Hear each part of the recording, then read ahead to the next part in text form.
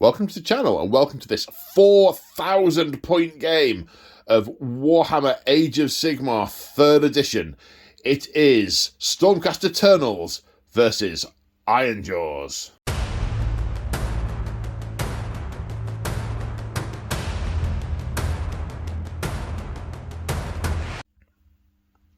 Today we return to our ongoing narrative campaign, The Siege of Excelsis. This is episode 15. Now, this is a standalone game, so you don't have to have seen the other games to be able to enjoy and or follow this one. But if you do want to find out where we're up to, the previous 14 episodes are on the channel. Just go and do the searchy, clicky, tappy thing. Okay, that is sufficient time, I think. So this chapter, we're in chapter 3. Six games a chapter.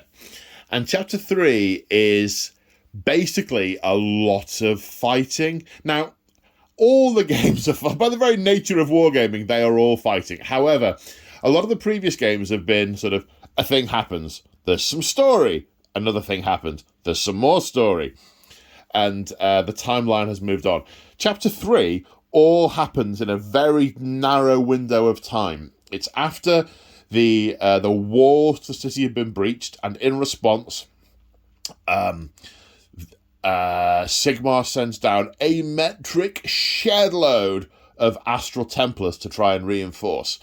And the beleaguered city defenders and the Astral Templars rush to plug holes and take down threats and deal with issues. The city is beset. There are Skaven tunnels have made collapses that the enemy are using. Walls have been taken down on multiple fronts.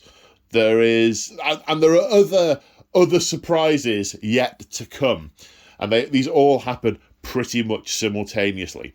Now, this game is a homage to one section in the book. There's a page in the book, the Kragnos book, from which this all takes its inspiration, where it describes the Astral Templars coming down and then all the little fights that go on. And it talks about how a warrior chamber and an extremist chamber rush to one of the major breaches in the wall to try and plug it. And the warrior chamber fights an entire heel of Man-Crusher Gargants, taking down 6 of them. And it says the warrior chamber was almost destroyed, but they did it. They took down the 6. And then there's a story about how in the extremist chamber in the same battle, the Lord Celestant on a Stardrake lures 2 more crushers into coming for him, and then takes those down. Now they have the benefit of plot armor, and so what we're playing out today is that scenario. We have an Iron Crusher, an Iron Crusher. We have an Ironjaws army with more Crusher allies. They're not technically strictly allies, but you know we don't care.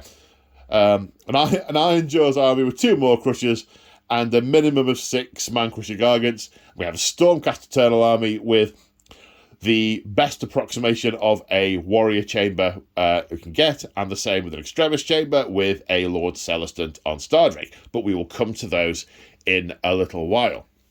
Now, the scenario we are playing is a custom one. And I say we because I'm joined on the channel today by James. Say hi, James. Hi, James. And you are coming back for yet more Orruk-y goodness. Yeah. And this is going to be particularly nasty. We've got 4K. You've got how many Man Crushers do you say you've got on your list? 9. 9 Man Crushers, plus 2 more Crushers, Yeah. and loads of brutes and hard boys and other characters to buff them. Yeah. Happy place. I was going to look at that face. Yeah. So, custom scenario. The goodies are going to be on this side. We're rushing in to plug the gap in the wall, and the baddies, that's you, are coming from that very much a matter of perspective. Well, I don't know. I think you're being good enough to provide us with a decent scrap, so I can go with that. Yeah. So, custom scenario, custom battle plan. We have 3 objectives. Whoever controls the most objectives at the end of the game wins. Simple. Love it. This is about fighting, but it is about mutual destruction and slaughter, but also it needs to be about holding the line. So, yeah, we have a lot of space around which to fight, but we tried to make the table such that these objectives don't really blend into each other, and maneuvering and so on is going to be important, is going to have an effect. So, I don't think I've forgotten anything. Should we take a look at the armies? Yes. And here we have 4,000 points of Ironjaws and friends. And this... James put these down on the table in 3 units of 3. And I'm like, are you not just doing one big mob? Oh, I never thought of reinforcing them. So now, this is one mob of 9. And it is a glorious, glorious thing to behold. I am moderately lost for words as to what is about to happen, because those boys are just going to run towards an objective, and with their mightier makes rightier rule, they each count as 10 models on an objective. So that's going to be 90 models just sat on an objective, hurling rocks, kicking things, headbutting stuff, and smashing them with sticks. Yeah. It is amazing. Sorry. And then you've gone with... the Maw-Crusher sort of being like 2 mega bosses and his lads. Yes. That's the theme of this, which is cool. I like it. So, faction abilities. I've mentioned the only one that's going to apply from Sons of Behemat is Mightier Makes Rightier, because most of the others all require there to be mega gargants. And there aren't any in this scenario that we have devised from the book. So... Ironjawz is obviously the faction. So, Orruk Warclans are specifically Ironjawz. What are the faction abilities and like specials and stuff?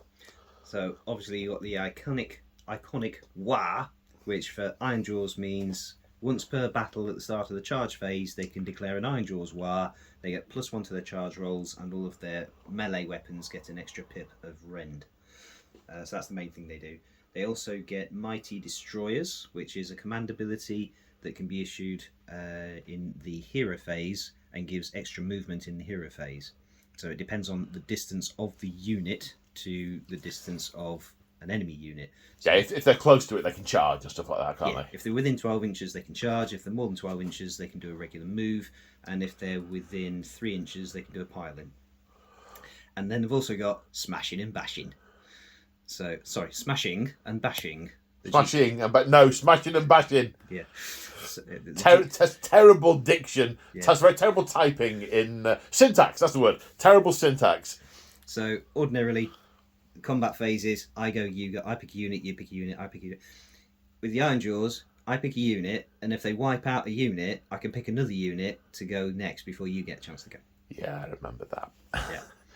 And one thing to call out explicitly is that mega bosses on Maw-Crushers, when they issue an order, they can issue it to 3 units. Yeah. So even the Mighty Destroyers, the movement, they can issue it to 3 units. Yeah. Yeah. This wall of slabs of green meat encased in armour just comes hurtling towards you. It's quite scary. I've been on the receiving end of it many times. Yeah.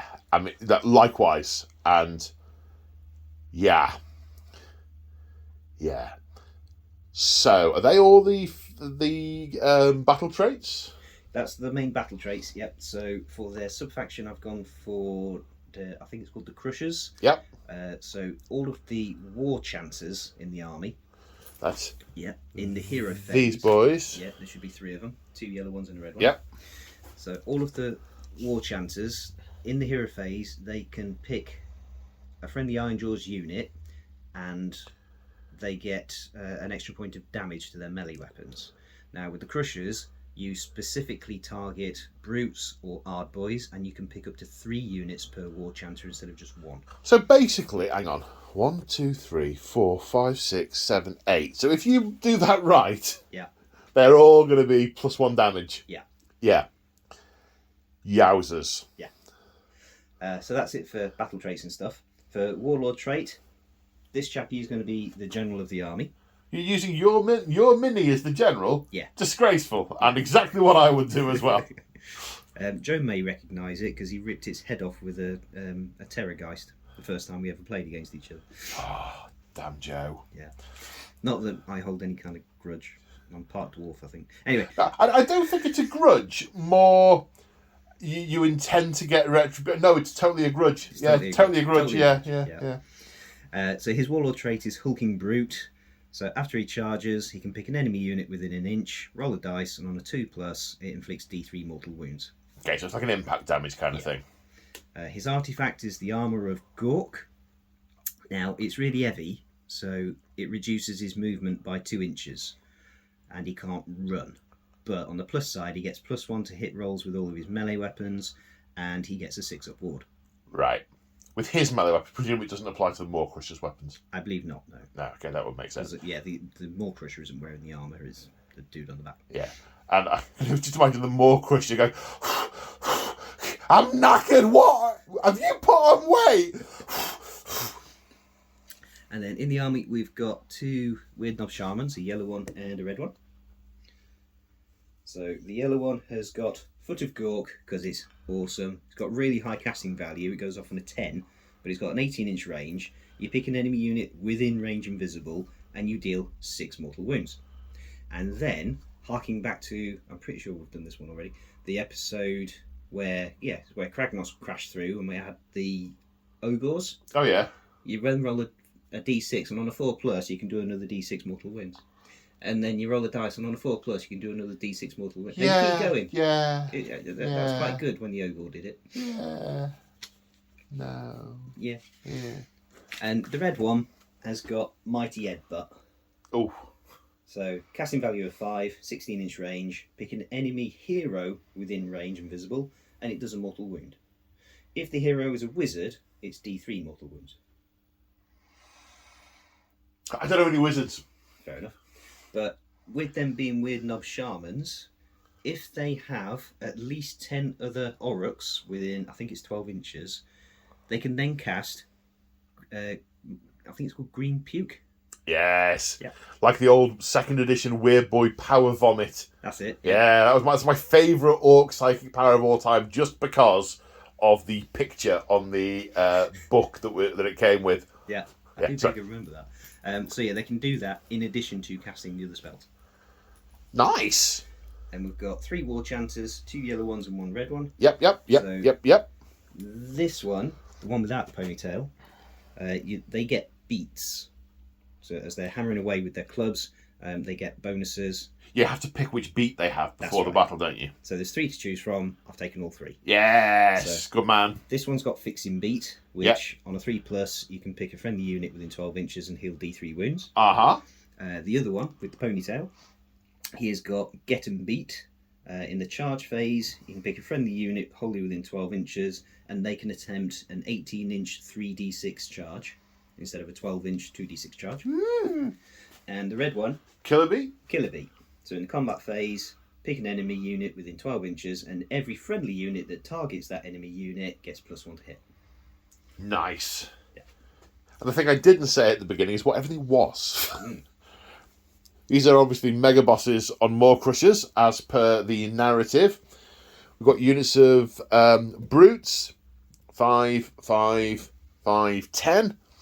And then 4 units of 10 Ardboys. Now, these are the older models, and in the last time we used these, we used the old War Scroll, but we've decided that we've upgraded to the new War Scroll now. Our head is firmly around it, and we're going to be using that. Now, these have got weapon variations. We're not going to try and pay attention to what they've got. James is just going to decide this unit's got this version from the scroll. There's 2 options on the scroll, isn't there? Yeah, you've got the new ones have got spears, or you can have the old ones with choppers. They haven't got spears, so they've all got choppers. They've all got choppers. Yeah. Okay, makes within each perfect one, sense. there is a banner, and the drummers don't do anything anymore. Drummers don't do nothing. But they do have shields. So after they fought, you pick, if you've got, for every model in the unit that's within an inch of an enemy unit, you roll a dice, and on a 6, they do a mortal wound through bashing their shields. Right. Good stuff.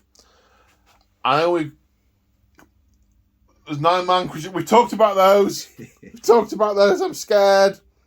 It doesn't look like a lot. In my mind, this is hordes and hordes and hordes of Orruks. And I guess it's a wave. They are going to come in waves. The war bosses are sort of all queuing up. And when there's a space, the war boss goes wah and charges. So I guess these are waves coming in. Otherwise, it wouldn't be. We played a game, didn't we, at the end of the second chapter where everything was just infinite waves and it looked really cool. But you know what took the most? Well, you know what took the most time you were here was moving everything along and recycling all the units. So this is less of a cinematic tribute, more a cinematic homage, more a game in the theme of. Yeah, and that kind of links into something about the way I've built this army. So in that particular game, Kragnos crashes through the wall, tailed by a bunch of Gore-Grunters. Yes, all the Gore-Grunters from his Ironjaws. He had 100 Gore-Grunter cavalry following him in the narrative. All of the Gore-Grunters from the various tribes that that were following him. So at this point in the narrative, Kragnos has crashed through the wall, followed by all those Gore-Grunters. So that's why there's no Gore-Grunters in this army, because that's why it's predominantly infantry. Makes perfect narrative sense, and I like it. Right. I think that's it. Let's have a look at the Stormcast. Yeah. Okay, and here we have 4,000 points of Stormcast Eternals, the Astral Templars. Now, before I go through what everything is and what it does rules-wise, I want to talk a little bit about how I've built the army and why there are certain things in it. So if you're not interested in the lore behind the army, you might want to skip on probably 20 minutes. So this is the idea behind this is it's a warrior chamber and an extremist chamber. So, and I have collected and assembled and painted this whole army for this game. Just as well they aren't all made obsolete when 4th Ed comes out. Oh wait, they are. Except those guys.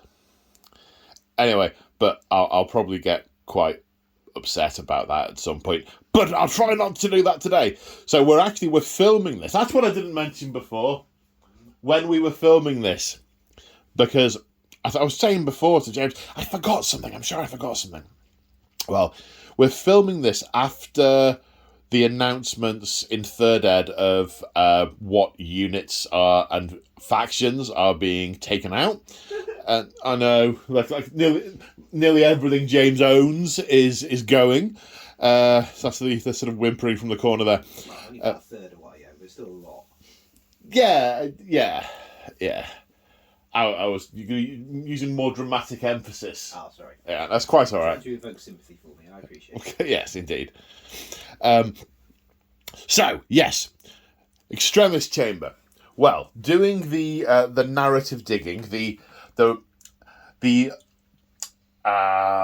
Lord Celestant on Stardrake has to be in the army because he is here from a narrative point of view.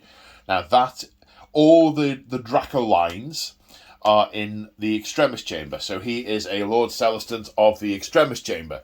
So I had to extract from that I needed a force for him to lead, and there are two main types of force in the Extremist Chamber of Draco lines. That's the other thing. I need to just back up a little bit before I go into that. So because of when this book is set, it was brought out at the end of 2nd edition and tells the story of a lot of the transition into 3rd edition. In exactly the same way at the moment that the Dawnbringer books are doing the transition from 3rd into 4th. So all of the models are era appropriate for the game. So I haven't got any of the newer stuff like Vindictors or the Chariots or not protectors, the Praetorians, Annihilators, none of that. So this is all era appropriate stuff. Right, so yes, so one of the there are two options for an Extremis chamber, and the one I went for is a Thunderwave Echelon. Now, in a Thunderwave Echelon, there are 2 units of Concussors and 2 units of... They both begin with D. It's not Decimators. Those are Decimators. Desolators, thank you. And 2 units of Desolators. Now, Stormcast's retinues generally come... the standard size for Stormcast retinue is 10. So, to be true to a Thunderwave Echelon, I'd need 20 of those and 20 of those. I didn't feel I needed to be quite that true to the narrative. So I got 4 units. 2 units of 2 and 2 units of 2. And then I thought, well, do you know what? To make life easier, I'm actually going to run them as 1 unit, 1 reinforced unit each. So it's a pretty weak Thunderwave Echelon, more of a homage to the structure of a Thunderwave Echelon. The one that took a lot more time and thought and consideration is the Warrior Chamber. Now, the different chamber types have different combinations of the 4 main types of Stormcast. You've got your Judicators, you've got your Angelos, you've got your Redeemers, and you've got your Paladins. Are they Paladins? Is that the right word? Yeah. They are Paladins, yeah. But yeah. So you've got your 4 main types, and the different types of chambers have them in different combinations. Now, when you're playing normal-sized tabletop games, it almost doesn't matter which ones you take, because almost every chamber has enough options in it for whatever combination you take to say it is that chamber, it is this chamber. But I wanted to go a step further than that. In a Warrior Chamber, it says the Warrior Chamber has 9 Redeemer units. I can't do 9 with this one hand. 6 Paladin units, 3 Judicator units, and 3 Angelos units. That's an entire Warrior Chamber. Now, those ratios are all neatly divisible by 3. So, with 3 Redeemer units, 2 Paladin units, 1 Judicator unit, and 1 Angelos unit, that is a third of a Warrior Chamber, of the units in a Warrior Chamber. And that's what we have here. We have 3 units of Liberators. They are Redeemers. They are your basic line holding, objective taking, baddie smashing, basic Stormcast Eternals. They are there to hold objectives. 2 Paladin units. We have Decimators. No, we have Retributors, and we have Decimators. The Retributors, their job is to smash big things up with their big hammers. The Desolators is to slice lots of big horde things up with their axes. Of course, that's not really going to come into play today, but that's by the by. So we have our 2 Paladin units. The Judicators. We have Justicars with Stormbolt bows. Those might not be the right words. They're the bow ones, not the crossbow ones. I'll get the name right when I've got the thing in front of me. And then we have the Prosecutors. Now, they come in units of 3. So the closest I could realistically get to 10 is double reinforcing. So 1's been shot down, okay, or crashed, or something. So those are our units. Now, when it comes to the command of a chamber, it says it is 1 to 3 lords and 3 to 12 knights. So we have within that combination, there are 3 lord options that align to a warrior chamber: a Lord Castellant, a Lord Celestant, and a Lord Relictor. Given this is a third of a chamber, divide by 3 rule, 1 Lord. And I've gone for the Lord Castellant.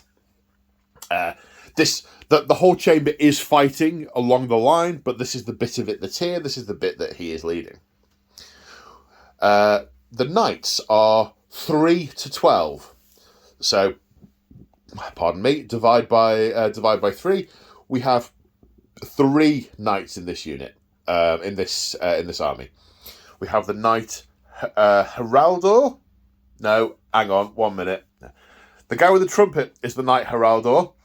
He blows his trumpet and buildings fall on Sigmar's enemies.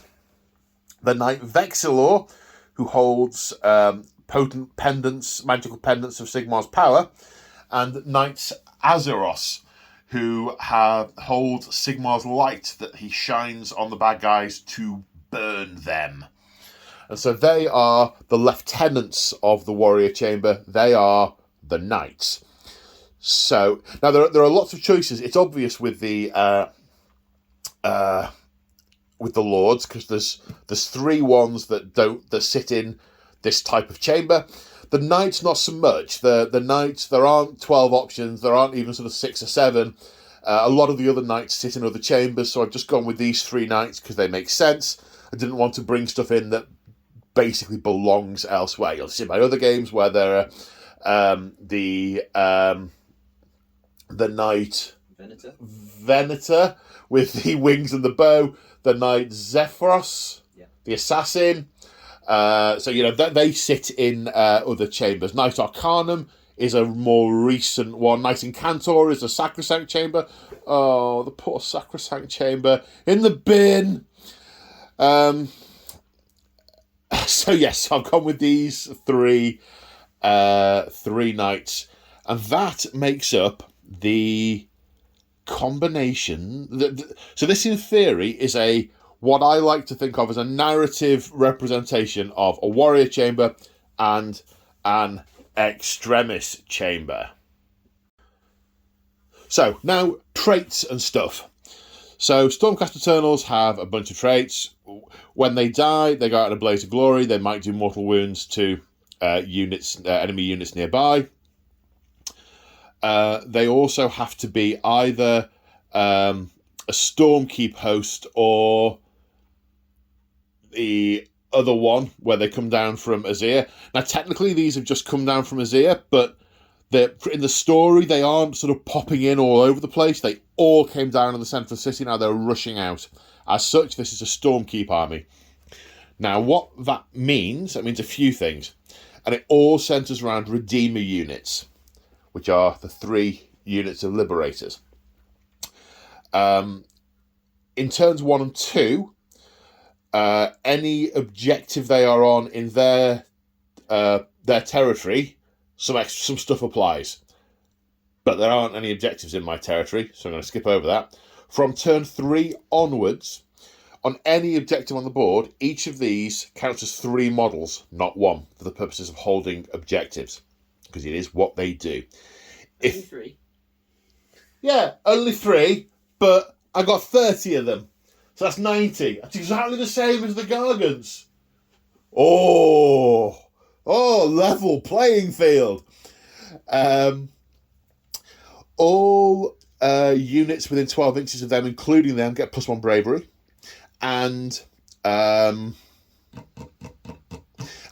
they are on an objective and you charge them, there is a chance they will do mortal wounds to the baddies that charge them as they come in. Basically, it's like smash their hammers in their faces on the way in.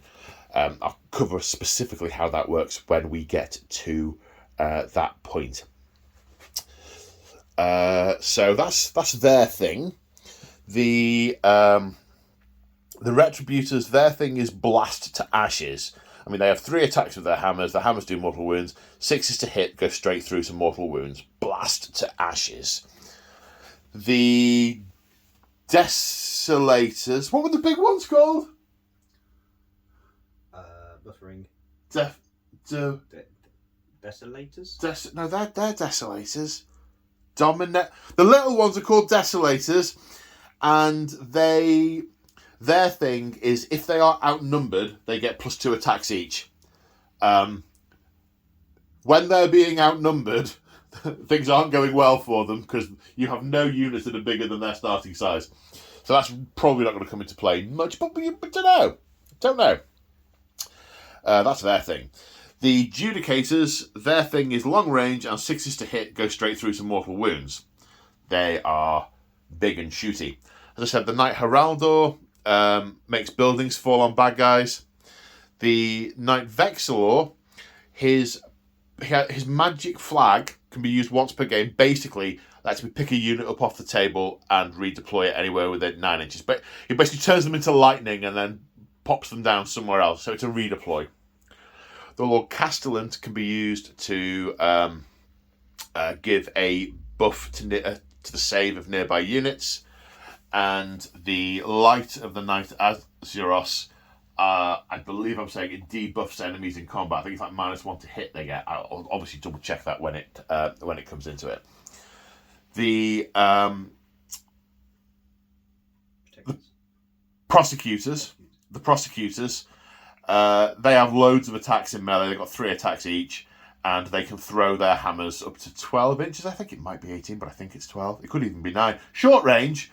They short range throw their hammers, and then they magically make new hammers appear in their hands out of pure Azir magicness. That's their thing. The Dracothian Guard are basically paladins on Dracoths. So the Decimators, no. They don't have the same number. Hang on. 1 minute. Concussors, they're called Concussors because the hammers give a nasty concussion, and they're riding Celestial Dracolines. They basically have the same stats, except they've got more wounds. The Dracoths, sorry, not Celestial Dracolines, the Dracoths do, they do bitey stuff. They also do lightning attacks that do mortal wounds. Then the Desolators are Decimators on Dracoths, so they do the same thing as well. With there being only 4 of those, they have much more chance of being outnumbered. Now, the Lord Celestant on Stardrake. Now, in the story, he lures the 2 Maw Crushers into charging at him, and then he kills them. However, I've looked at the stats, and I think that scenario is exceptionally unlikely. So I've done everything I can to make it put up a good show against the Maw Crushers and not be utterly annihilated in a kind of narrative-defying, humiliating way. So, this guy's got all the traits. So, the Lord Celestant is the master of the Celestial Menagerie. If he's riding a Behemoth, enemies are -1 to wound the Behemoth. Hurrah! He is wearing Drake Scale armor. If he's being hit with a damage characteristic of 2 or more, he can re-roll to saves. And actually, that's going to be most of your army with all the witch doctoring. Yeah, and then the Stardrake has the Light of the Young Star. He is so ancient that the power of starlight exudes from him, and it cows other beasts in front of him. Long story short, instead of doing a monstrous rampage, he can use that ability on a 3+. People are -1 to wound him. So I've got everything possible to try and keep him alive in a fight against 2 Maw Crushers. We shall see. And the only other thing to mention... Oh, 2 things to mention. So, the Gryph-hound is this guy's little helper. He's just a token. We take him away if he gets in the way. He's a weapon on his profile. But little Gryph-hound. The little Gryph-hound that could. Final thing. Sub-faction. Astral Templars. Nice and easy. Cannot monstrous rampage against Astral Templars. That is the entire army. So neither the Maw Crushers nor the Gargants can use monstrous rampages. Which is nice. And I think that's everything. So let's go on to deployment. Oh my, it was 20 minutes as well. Whoa. And here we are after both deployment and lunch. Now, so we have the Orruks set up the red team on the right as I look at it. In the middle we have the yellow team. Hooray! And on the left, we've got the 9... Me and my big mouth. We've got the 9 Gargants. Any rationale to your deployment, sir? Yes. Predominantly narrative rather than any kind of tactical sense. So, because of this wall here, I'm envisaging that as a separate part of the city. So the big mob of Gargants are over here. Whereas these two lads, very, very competitive in their respective tribe. So these guys have all painted themselves up in yellow armour for their boss. These guys have painted themselves up in red armour for their boss. And obviously they are competitive, so they're next to each other, so they can keep an eye on each other and watch what's going on. And then in terms of the disposition of the different units, we've got the runts at the front. Yep, little ones, they need to get bigger, they've got to fight more. Yeah, so the runts at the front again. We've got war chanters dotted around so that they can be chanting and jeering the lads on. And we've got the weird knobs towards the front so that they can start vomiting on them Stormcasts. Okay, good stuff. Right.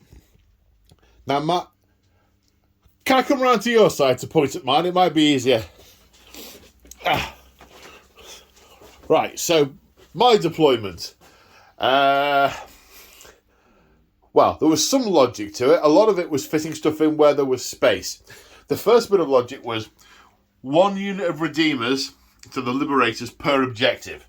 Their job to go, sit on the objective, and hold it against all comers. #meep. Then it was a case of what was backing them up. I didn't know where the Maw Crushers were going to go down, so I put the Star Drake in the centre, so I could have a Maw Crusher to head for. Then I just picked units to back up each unit of Liberators. So over here we've got the Concussors and the Knight Heraldor. Pick the Knight Heraldor because he blows his trumpet and picks a building, a terrain feature within 18 inches, and all the enemy units within a certain range of it take mortal wounds. And originally I put him down over here, and then I thought, nah, that's a bit pointless. This is 1 unit. So I thought, he will go over here, yes. And it obviously, that can possibly be rebuilt. He doesn't want to bring that tower down. He's far more trumpety with this tower. So, and we've got 1 unit of the Dracoths over here. So those are Macy ones. In the centre, next to this unit of Liberators, we have the Decimators. So, Paladin unit to come up the gut. And the shooty ones next to them, they can climb up this scree pile or just potentially hang around at the back and shoot things. With them, we've got the Knight Vexillor with the, not the meteoric pendant, the other one, the teleporty pendant. He could potentially move a nearby unit around, maybe the shooty unit, because then they can just reposition for better shooty. I'm going to come around to the side for this one. Then by the Gargants, we've got the Retributors with all the hammers. We've got the Desolators? Those Concussors. These are Decimators, they're Desolators. Yeah. Why they couldn't just be mounted Decimators, I don't know. Hopefully there will be in the new edition. And we have the Lord Castellant over here because his Warding Lantern can be used to either debuff the enemy or buff a friendly unit with +1 save. Want to keep the Liberators alive on that objective as much as I possibly can. Then in this bit here, last but not least, we have the Prosecutors with the Knight Azeros. And they're very short range. They're 9-inch range, but they can hop up because they can fly. They can hop over the wall, so they can reinforce either side that needs it. They're a sort of floating unit. I did consider putting the shooty ones here to then scamper up that wall and shoot over, but no, didn't.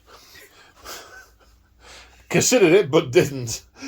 So we kind of have. we kind of got 3 games going on here. 3 objectives, 3 armies, 3 clusters of 1 army. Of course, the Gargants can smash to rubble. I suppose they can. There is an option there to start tearing down some of that stuff. That's a monstrous rampage that you can use. You start to smash some of this terrain with those guys and the Maw Crushers, I guess. So you're saying the wall does not have the Astral Templar's keyword? The wall... If there's an Astral Templar stood on it, it's got the Astral Templar's keyword. I think you'd be a bit upset if I start knocking down your beautiful terrain anyway. We'll see how the game goes. I mean, it is what it is. The game is what it is.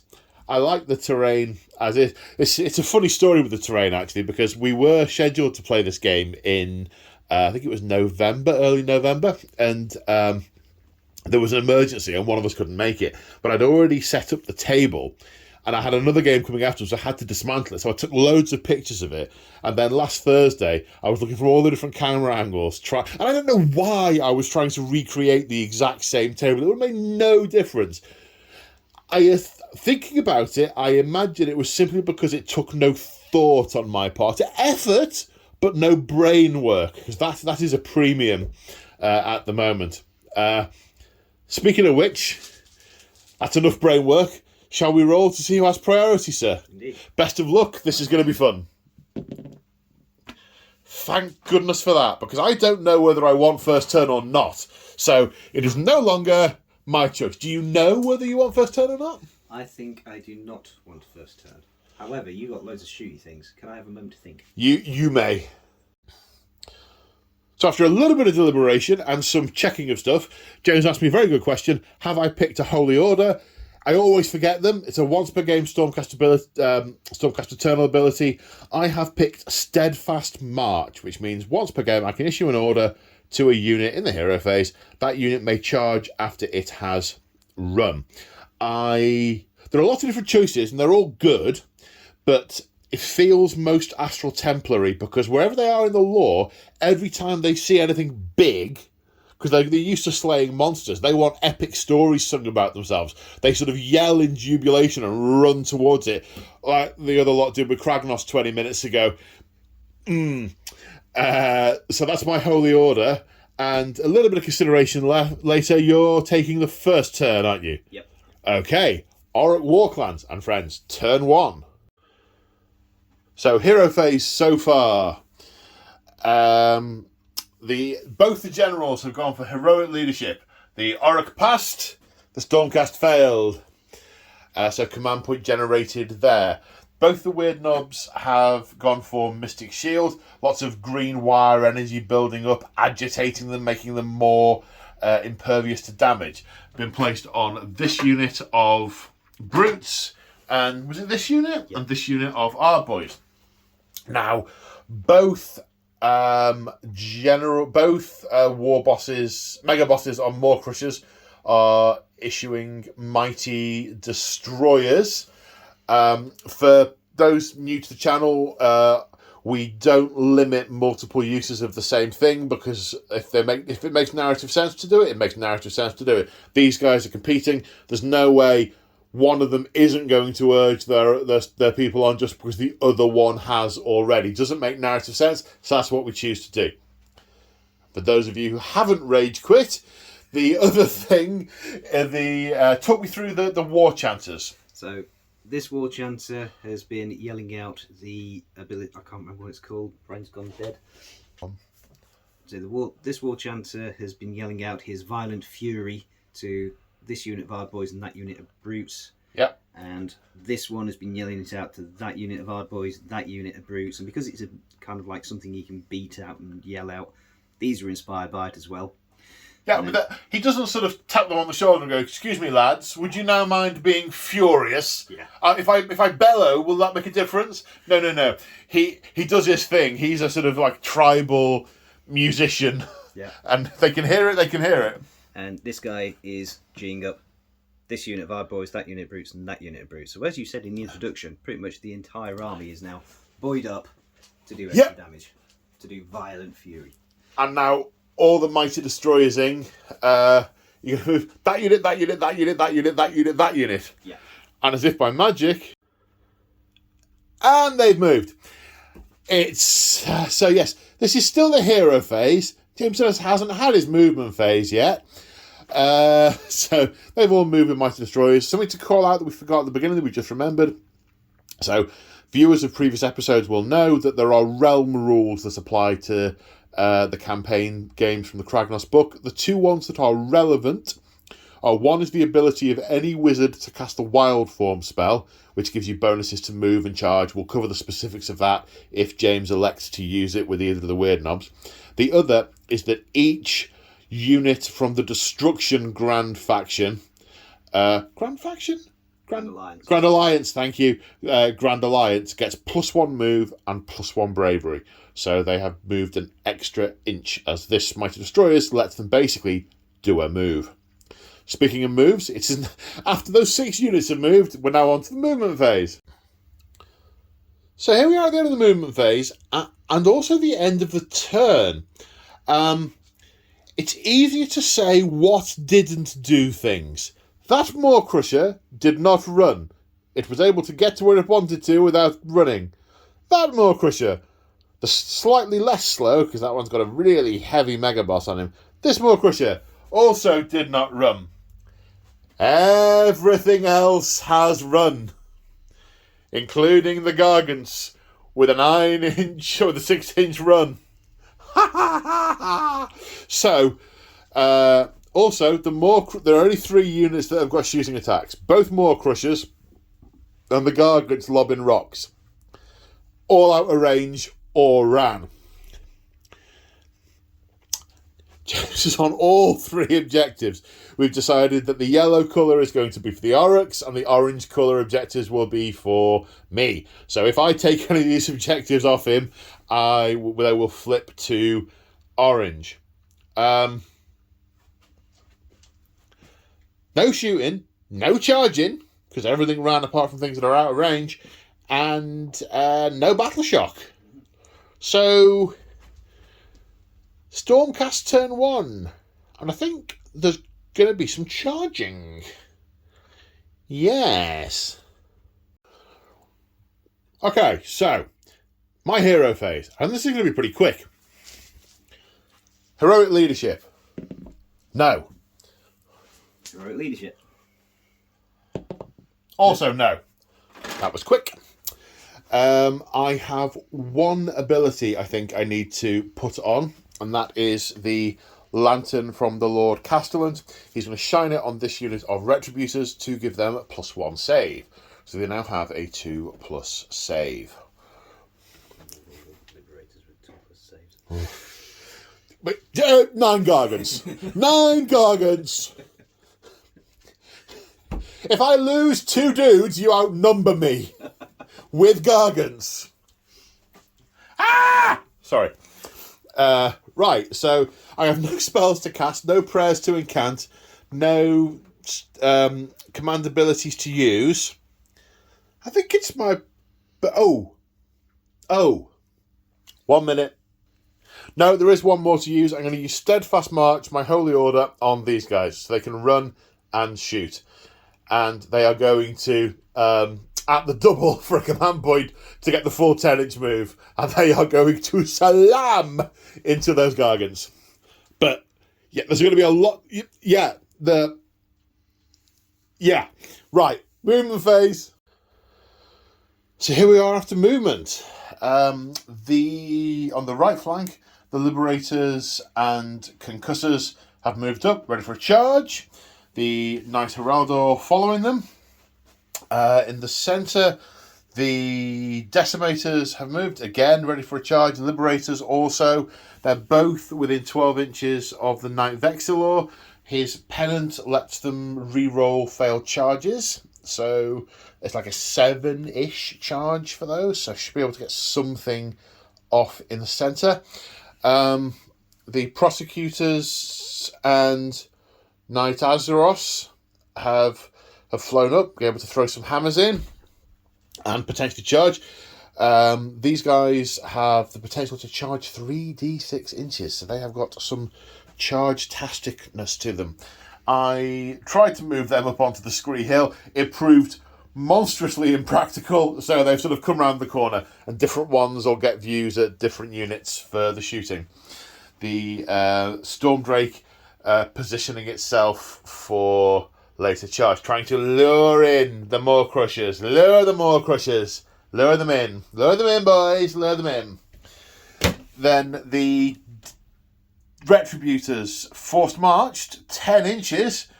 The bull leading the mob of Gargants said, back up a little bit, boys. He was going to smash into him in a minute. And they redeployed 3 inches back. That is now a much larger, well, I say it's a much larger charge. It's precisely 3 inches longer than it was before, but it is a longer charge. The Desolators wrapping around that building to go forward into them as well. The Retributors, I then tried to run them to get them as onto the objective as I could. They didn't feel like running very much, and not made it very far forward. The Lord Castellans following up in their wake. And that is the movement. So, shooting, where to start?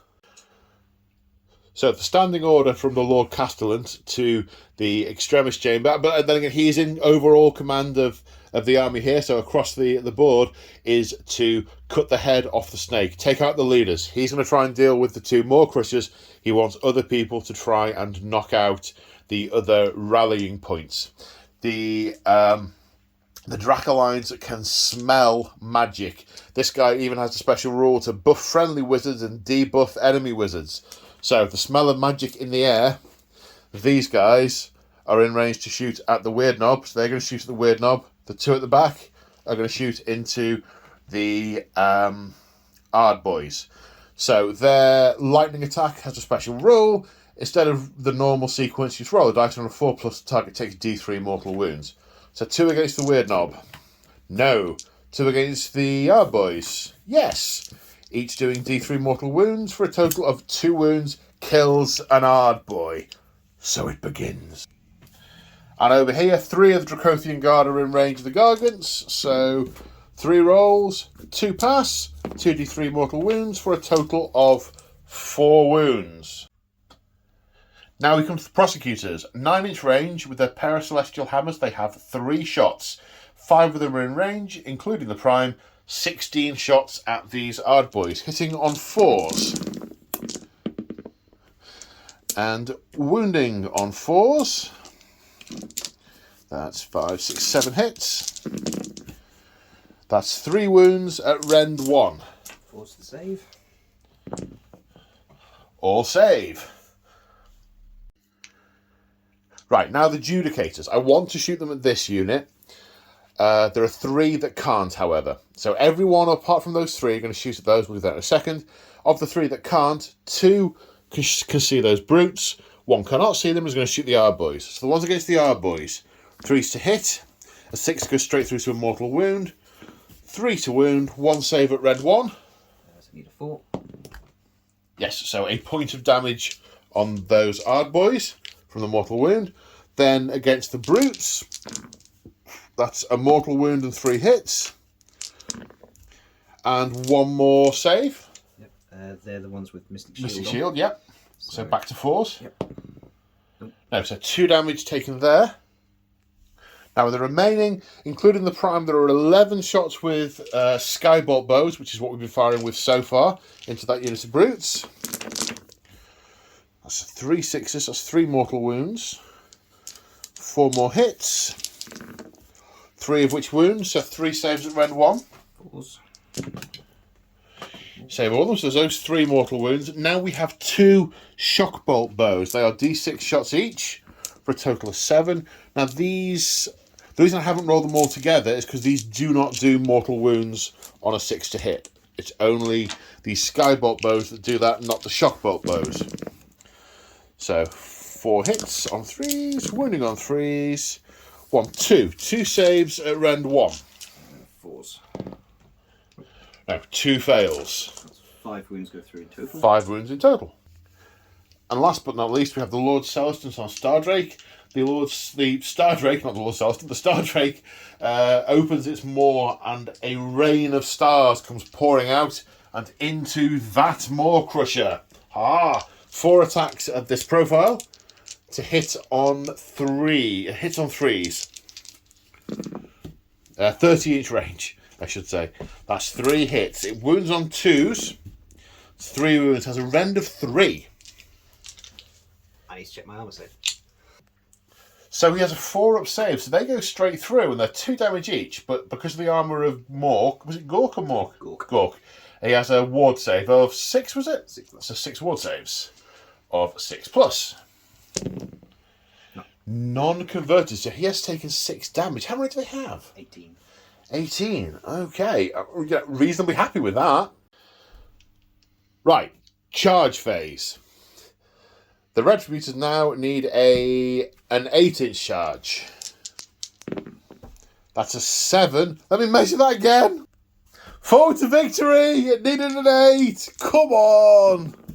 9. Boom. Are you going to do the thing that you just said you might do? Right, lads. Lob them rocks. Oh, no. Okay. Lobbing rocks. Remind me how it works. It's just a ranged attack. So 1 attack each, hitting on 5s because of Unleash Hell. 2, 6s are nothing special. Wounding on 3s. So 1 at minus 1. 1 at minus 1. Yeah. So save of 4 plus. Did you fail? D3 damage. For 2. For 2. They're lobbing them, so I think that's perfectly reasonable that they're lobbing them towards the back. I mean, obviously I didn't want the unit to die, but I'm disappointed that that wasn't more epic. Yeah, me too. It was going to go one of 2 ways, really. Yeah. Okay, right, the Dracothian Guard also charging. 9. That looks like it's enough. Now the Decimators need a 7-inch charge. Which they make. They make an 8 inches, but they would have had a reroll. They end up here. Now the Retributors make a 9. That looks like enough. And the Liberators end up here. Not Retributors. I've toyed with the idea of putting the Prosecutors in as well, because they can fly and they have a 3d6-inch charge. Which would be cool, but all I'd be doing is feeding them to that Maw Crusher, and I want to keep something in my back pocket. So, the Concussors are going to charge in with the... Wow. Ooh. Oh. Now that opens up some possibilities.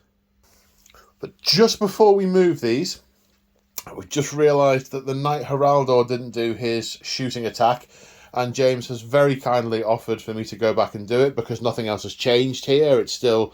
We're no further on here than the shooting phase, so we can do that. Thank you very much, sir. So the Thunder Blast from his horn is targeting this terrain feature.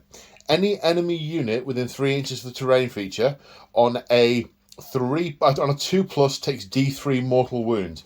Basically, it energizes it with Sigmarite energy, and rocks fly out in different directions, and roof tiles are hurled like shuriken, and yeah, basically are aimed at the enemy.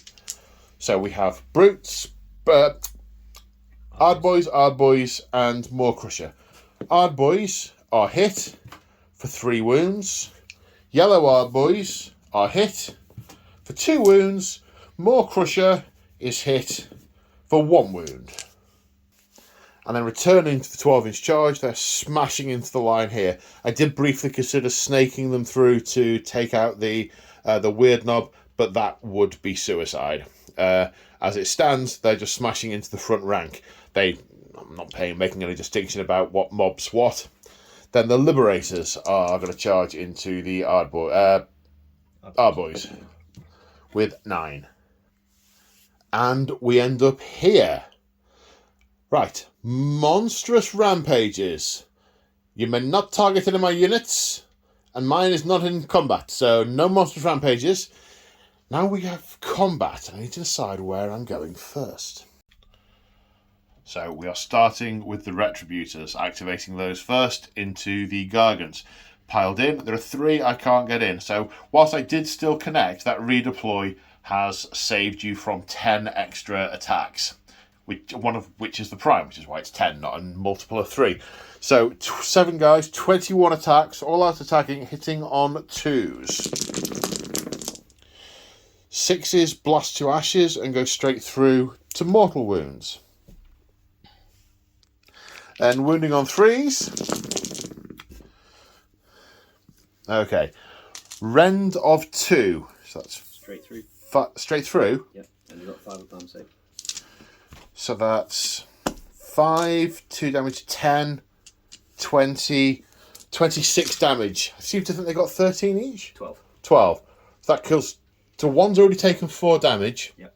So 8 kills him. Yep. And I can't remember how many... I said 26, didn't I? Yes. Hang on. I'm not going to show my inability to calculate on camera.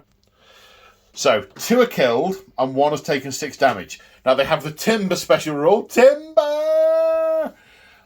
And we have to roll off to see who chooses which way it falls. So, good luck, sir. Yeah. 1. What does it say about draws? I think you just roll off again. Okay. There's nothing about in the event of a tie. Right, I pick that one backwards. It can't hurt other Gargants, can it? Correct. Alright, next one. 2, 6. He's definitely going That way. Okay, so that's going to hit the Retributors, and it does... D3 damage. D3 mortal wounds. For 3. For 3. So that guy explodes, and 2 damage goes onto that guy.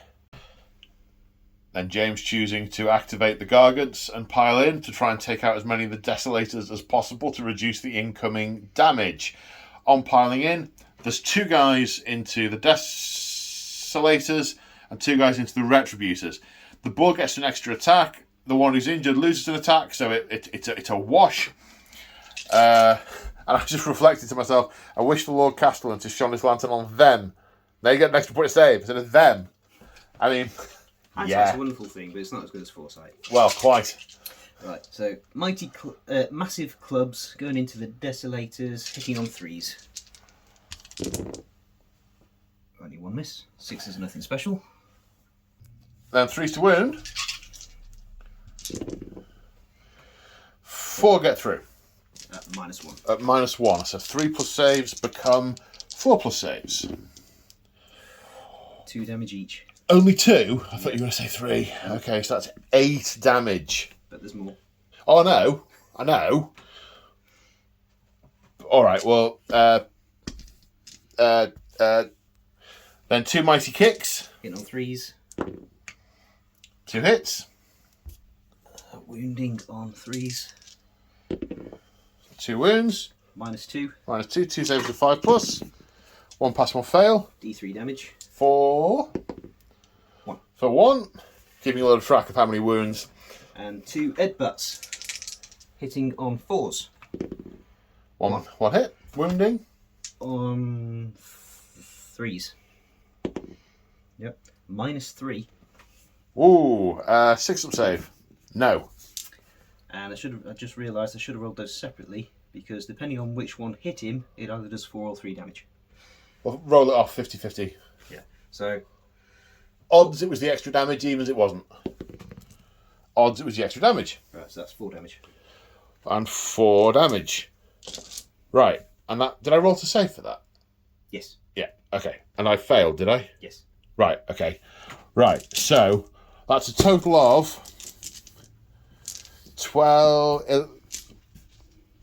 13 damage, and that was into the Desolators, wasn't it? Correct. Yeah, okay. They have 6 wounds each, so 2 of those have died.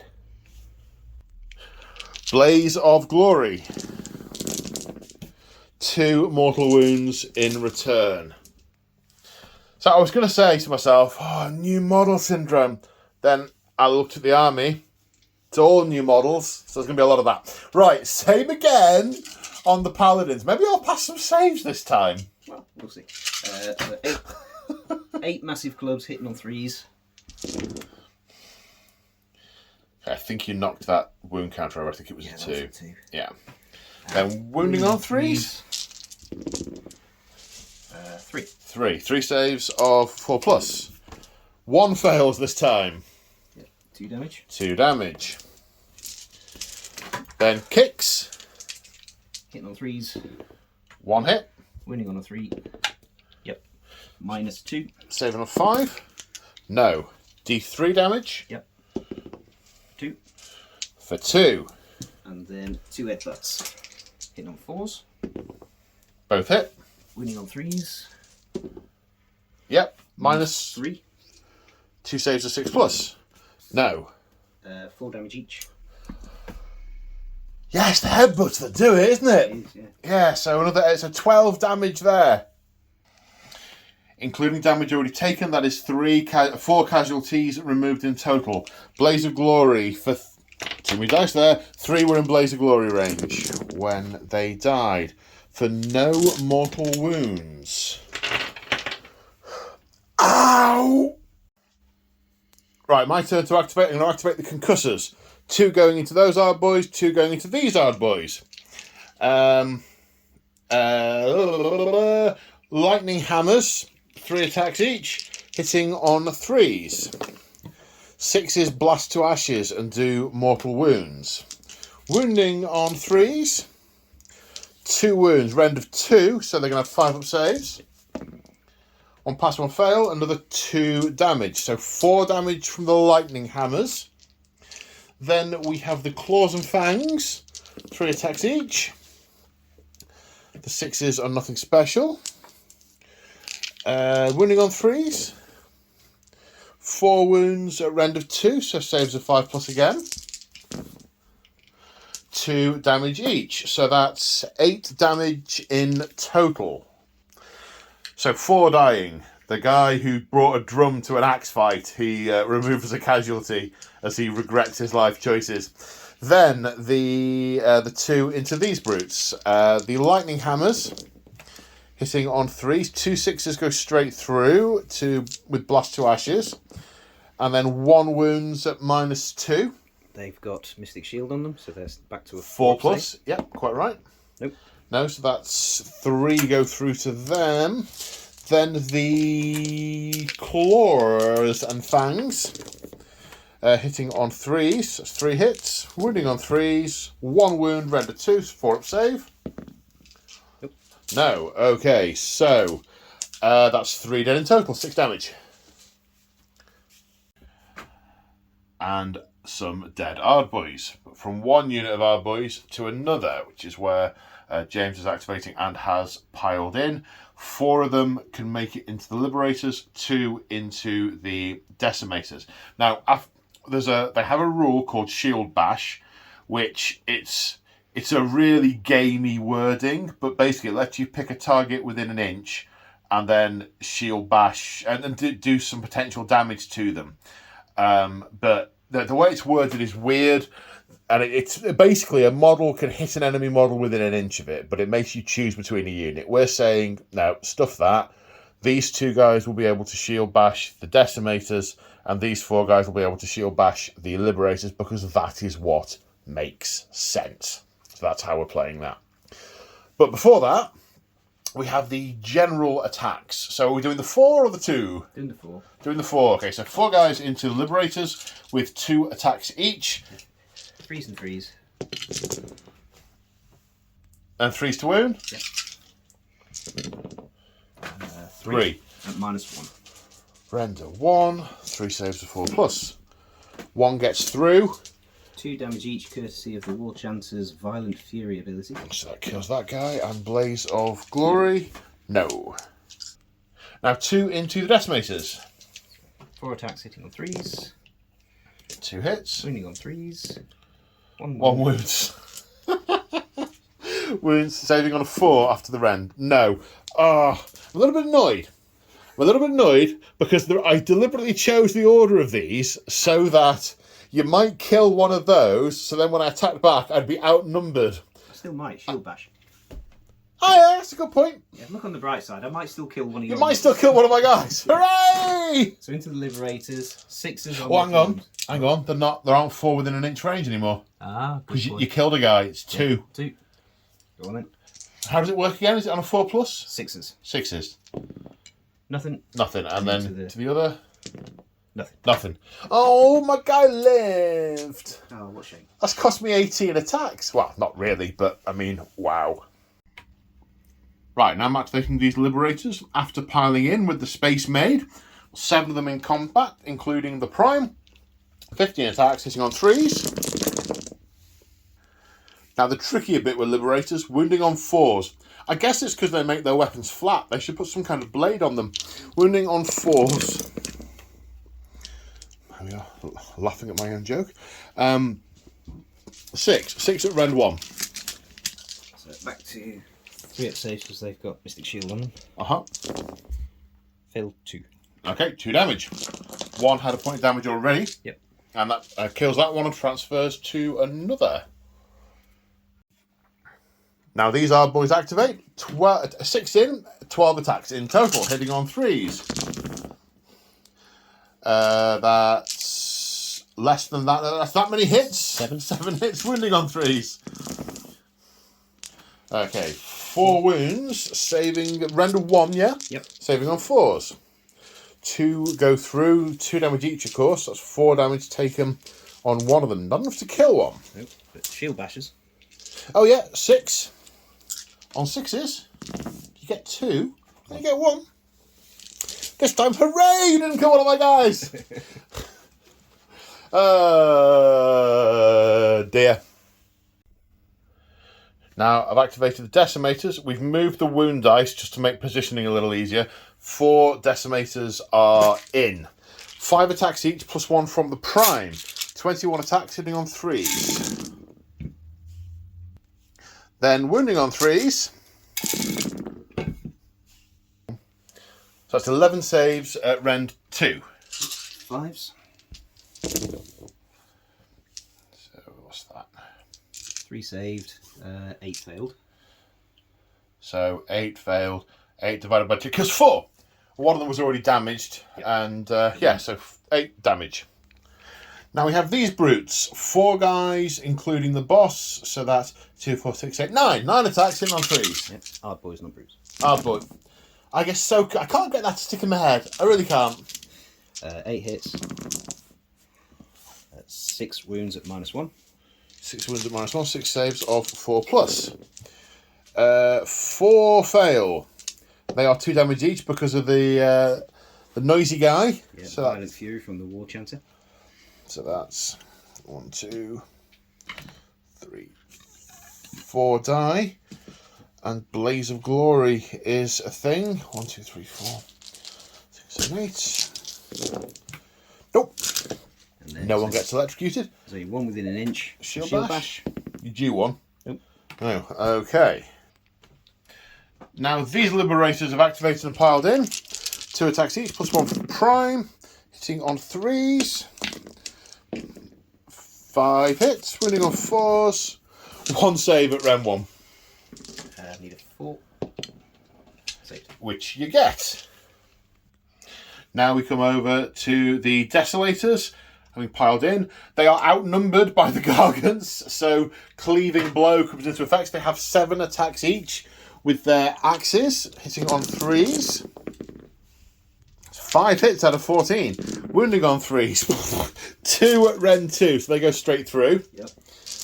So that's 1 each, so that's 2. Then the Claws and Fangs, hitting on 3s, wounding on 3s. Rend 2, they are straight through, but they are 2 damage, so that's another 6. So that's 8 damage in total.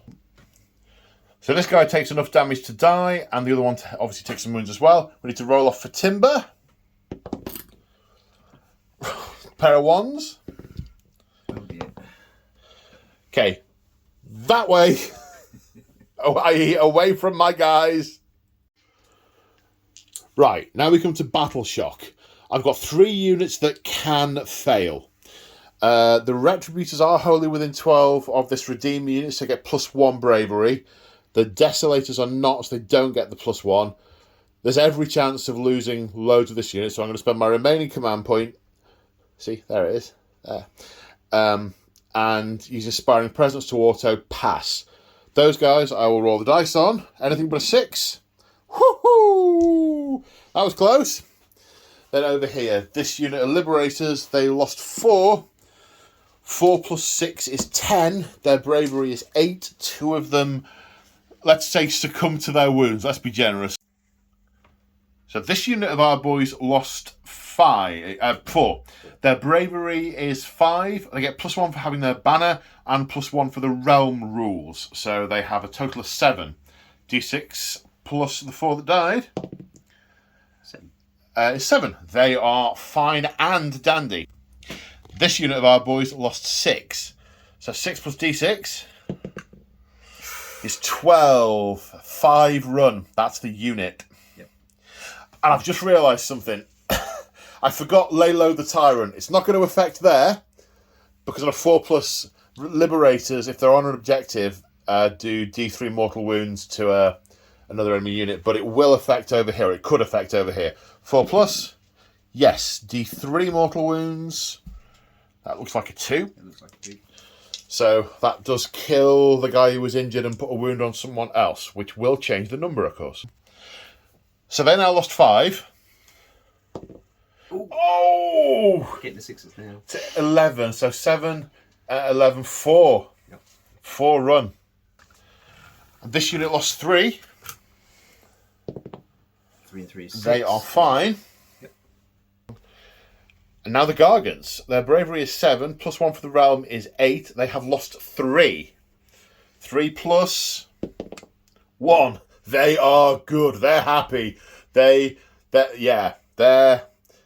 good. Me, not so much.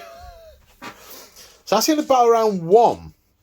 And 10 models, 2, 3, 4, 5, 6, 7. That's still firmly yours. That goes to my colour, I think. As does that one.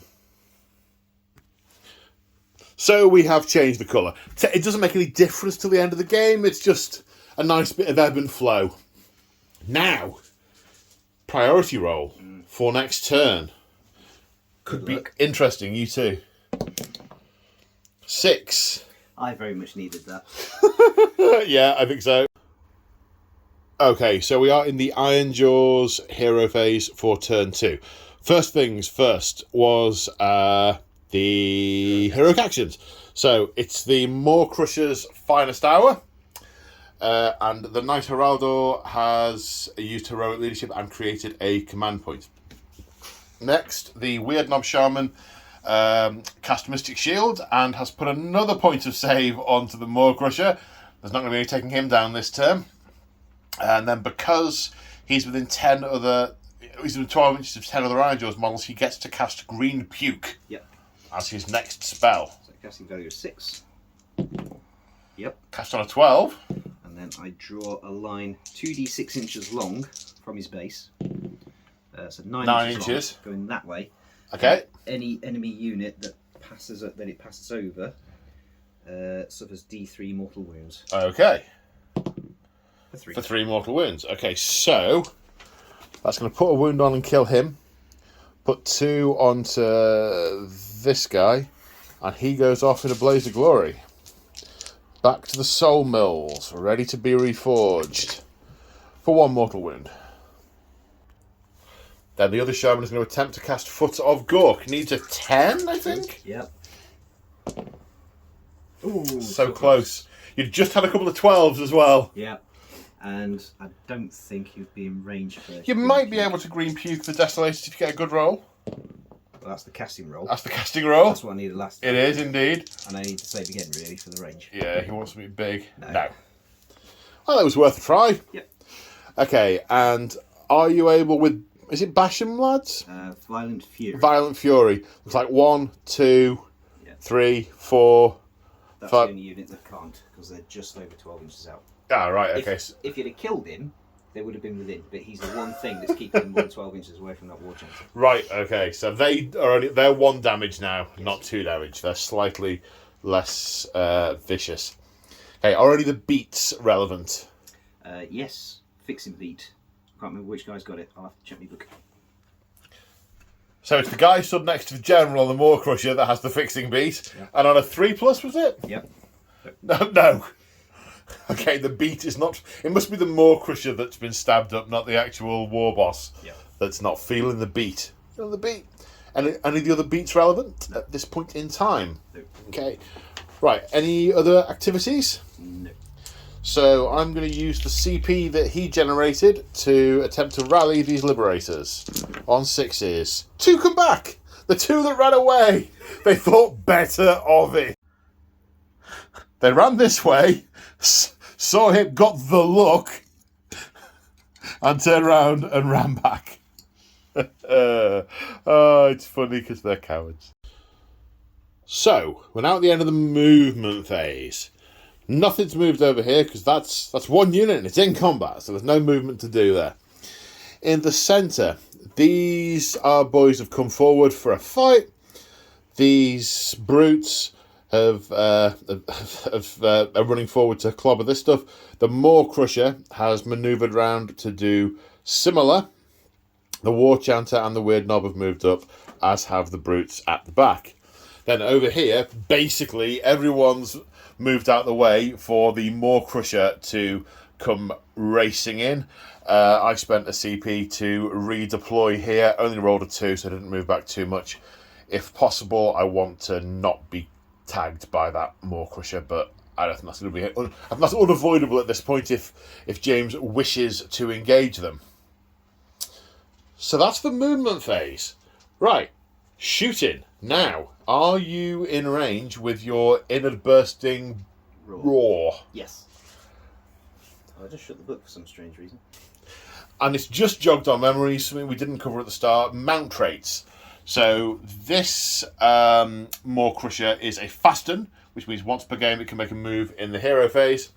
And this Maw Crusher is a toughen, which means you have to take it more than half down before it starts being nerfed. Yeah. Right, inward bursting roar. Yeah, so he's going to roar, or his inward bursting roar is going into the Dracolines. Yep, the Dracoths, Dracothian Guard. Yeah.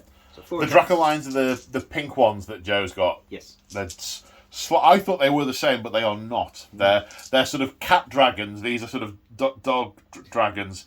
Moving on. That's cool. It's called Donkey Dragons. No, what have I done? 4 attacks, hitting on 2s. 3 hits. Wounding on 2s because finest out. 2 at -1. 2 saves of 4 plus. 1 pass, 1 fail. 1 damage.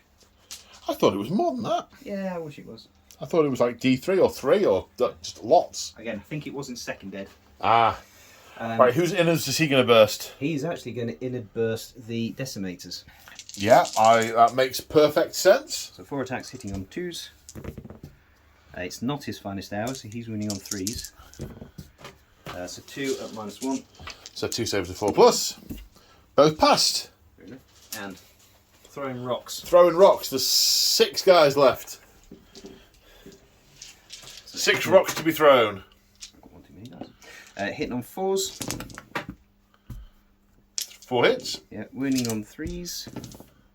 2 wounds. At -1. Who are they throwing them at? Oh, that's a good point. I was going to go for them because I hate them. Yeah, remember, you don't hate the Retributors, you hate Joe. 2 saves of 4 plus. Now, I'd really far rather have failed the other ones. D3 damage each.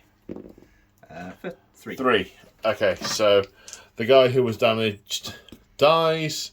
And let's say he got hit with rocks as well. So he needed 1, so he saves 2. Yeah. Ow. So at the start of the charge phase, the Ironjaw General throws his head back and bellows, "Wah!" And "Wah" has been declared, don't you know? So, +1 to charge rolls and +1 rend in the ensuing combat round. Yep. So where are we charging first? We'll start with this Mega Boss. So we cannot fail. Nope. So that's a 9 in total. 9. With the +1. Ooh, that's nasty. And he ends up here just by a gnat's whisker getting into the Liberators. So they are in. Now he's charged them on an objective, but because it's only battle round 2, he's not going to take mortal wounds from it. Sad times. I did toy with the idea of unleashing hell because it's mortal wounds, so his extra saves don't count, but I think I'm going to need the command points elsewhere. I've been a touch frivolous with the spending of them so far. I think the ones I have left are going to be important. Right, where are we going next? These guys? Yep.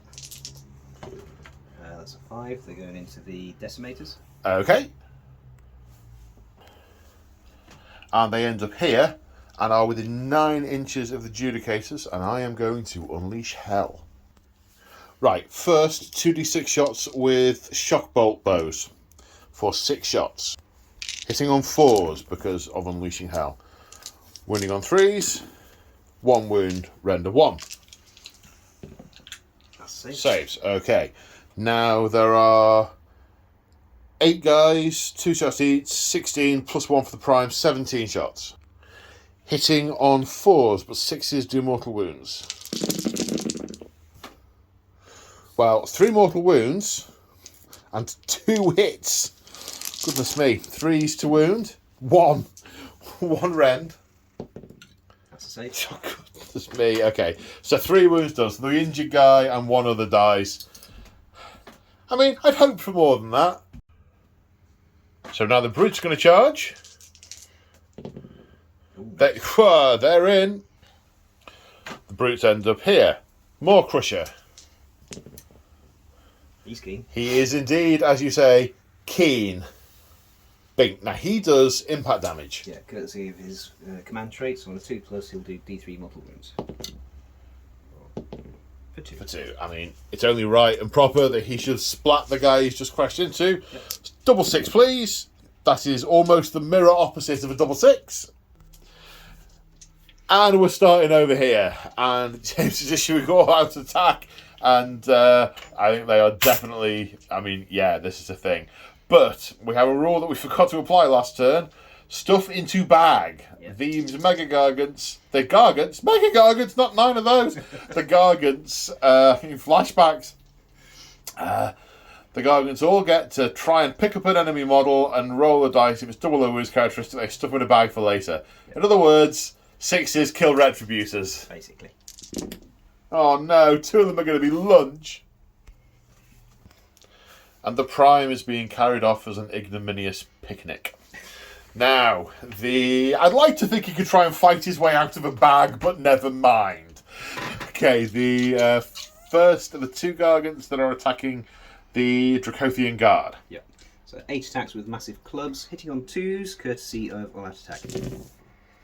1 miss. Wounding on 3s. So 5 at -1. 5 at -1. Saving on 4s. 3 save, 2 go through. 2 damage each. Okay, so that's 4 damage so far. 2 mighty kicks hitting on 2s.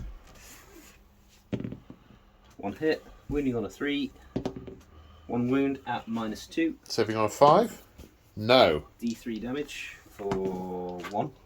So it's 5 damage taken so far. And then 2 headbutts. We'll do these separately because the wounded one will do different amount of damage. So from the bull charger first, he will hit on a 3. No. And the other wounded one will hit on a 3. Yes. Will wound on a 3. No. You don't kill one. Nope. And then we've got 4 attacks going into the retributors from this guy. Because after stuffing into bags, all of the others are out of range, and that's after they've piled in. Well, they're concentrating on putting them in bags, and I imagine they're putting up a bit of a struggle. I would imagine so. Yes. So 4 massive club attacks, hitting on 2s, wounding on 3s, 2 at -1. Saving on 4s. Both saved. Yep.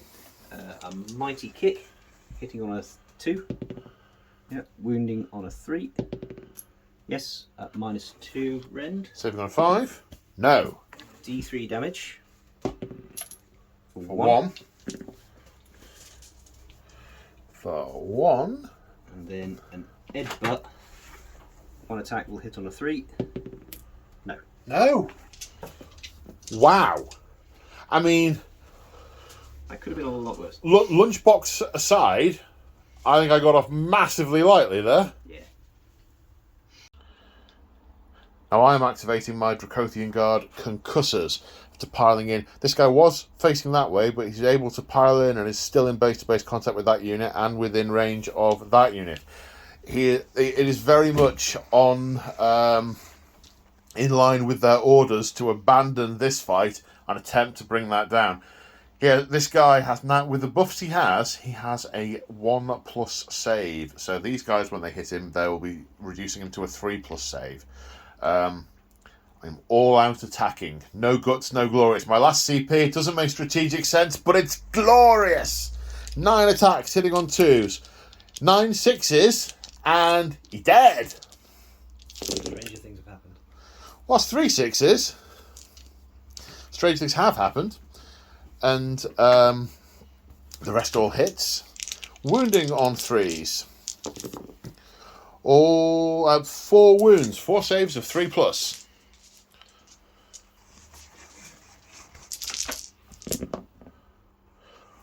One more gets through. Now Claws and Fangs, hitting on 2s. 8 hits. Oops. Wounding on 3s. 7 saves of 3+. You're alright, just don't fail 5 of them. Oh, I was hoping that was going to work. So, that's 2 more get through. That is 12 damage taken. You've already taken 1. He's taken 13 damage out of 18. Those 2 extra points to save. It is his finest hour, but he is a bit poorly now. Okay, now we come to this Maw Crusher. He has piled in, and the Mega Boss has issued all-out attack, but because of his special rule, whose name I can't remember, he's able to issue it to 3 units. So it was also issued to these brutes, and these are boys. Skull Shaking Bellow. Skull Shaking Bellow. Yeah. Get 'em, lads! And my school goes... That's how you do it. Yeah. So, 9 attacks, hitting on... 2s. 6s are nothing special. Wounding on 3s. Rend -2, courtesy of War, so 6 saves. 6 saves at -2. Yep. So 5s. I pass 1 of them, that's 5 fails. 2 damage each. So that's 5 dead. Yep. So 5 Liberators killed. Blaze of Glory put 1 damage into the brutes. 1 had already taken 2 damage, so it died. Yep. Now, how many attacks? 8. 8 attacks from Mighty Fists and Tail. Yep. Hitting on 2s, courtesy of all-out attack. 6 hits. Wounding on 3s. 3. Rend of lots. -3. -3. 3 saves to 6+. Please, Sigma! 1. 3 damage each. Only 3. I thought it was 4. That's the unit, which means Smash him and bash him. Smash him and bash him. You get to have another go. So the brutes are activating. There's a lot of different weapon profiles in here. So first off, the unit boss. Yeah, boss has got a boss chopper. He gets 3 attacks hitting on 2s because of all that attack, and wounding on 3s. 2 at rend -2 because of War. 2 saves of 5+. Both made. Yep. And then there is a gore chopper. 3 attacks hitting on 3s because of all that attack. 2. Wounding on 3s. 1 at -3. Save of 6. Sigma provides. And then 6 attacks with jagged gore hackers hitting on 2s. And it's alright because nothing's actually wounded yet, but I just realised it's +1 damage because of the Wool Chanter. So 4 have hit, wounding on 3s, 4 have wounded. Jagged gore hackers are rend -3 with War. So saves of 6+. Struck dice don't count. 1 passed. 3 damage each. No, 2 damage each, beg your pardon. 2 damage each. So 6 damage in total. It's going to kill you. Oh no. Has to kill you. Then kills you. And puts 2 damage on you. Blaze of Glory over here. No. Ah! Blaze of Glory over here. Also no. So, activating the Decimators. They are all piling in. The Lord Celestant can once per game issue an order free of charge. He's within 18 inches. They're within 18 inches. He's issuing all out attack to those Decimators. Now, Decimators have a rule called Cleaving Blow. If the unit they're attacking outnumbers them, then they get +2 attacks each. We've just had a conversation about it. In the same way we were flexing to what made common sense with the Shield Bash, we're doing the same here.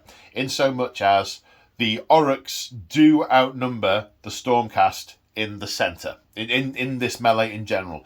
So even though each individual unit they're targeting doesn't have more models, which is how it's worded on the card, the way we're going to play it is they do get the additional attacks for Cleaving Blow. So 4 guys, which include the Prime, are going into the Ardboys, the big Ardboy unit. 1 guy into the 1 remaining Ardboy from earlier, and then 3 guys into the Brutes. So 7 attacks each, plus the Prime, all out attack, 29 attacks, hitting on 2s. Now wounding on 3s. 13 saves at Rend 2. 5's required. 1, 2, 3, 4, 5. That is the unit. Okay. Well done, lads. Now 7 attacks into the single remaining Ardboy. Hitting on 2s. 5 hits. Wounding on 3s. 5 wounds. 5 saves of 5+. Nope. Close. Yep. He also goes down. Then 21 attacks into the Brutes. Now 21 attacks into the Brutes on 2s. If only 6s were a thing. And wounding on 3s. 15 saves at Rend 2 required. These have a 4+ save rather than a 3+. Feels right. I guess it's because we're using the older models, which have got the where our boys were the babbies, yeah. But now they're much more of a thing. And they've got shields. Indeed. So 6s required. That's some 6s, but is it enough 6s? I think it might be. I don't think they're gone. 1 dead, 2 dead, 3 dead, 1 with 2 wounds left. Whoa. So now we're activating the Maw Crusher, who is attacking the Concussors. Now, we should mention at the start of the combat phase, this War Chanter used his War Beat to identify these guys as a prime target. So all the Orruks that attack these guys are getting +1 to hit. It's his finest hour, he's going to get +1 to wound as well. The nerfing from the damage goes on to the Maw Crusher, so the attacks from the War Boss totally unaffected. Yep. Which is 7 attacks? 7 attacks, hitting on 2s. There's the James roll. Whoa! Wounding on 2s. Almost like my armour saves over there earlier. So 3 at -2. Is that an extra 1 with the... Yeah, okay, so 5s. 2 saves, 1 gets through. 2 damage. Okay, takes him to 5 taken. And then Mighty Fist and Tail, hitting on 2s. That's 6 attacks. Just as well, got +1 to hit. Wounding on 2s. 6 at -3, courtesy of WoW. Okay, 6 saves. He's that badly damaged and he's still that deadly. Yeah. Gross animals.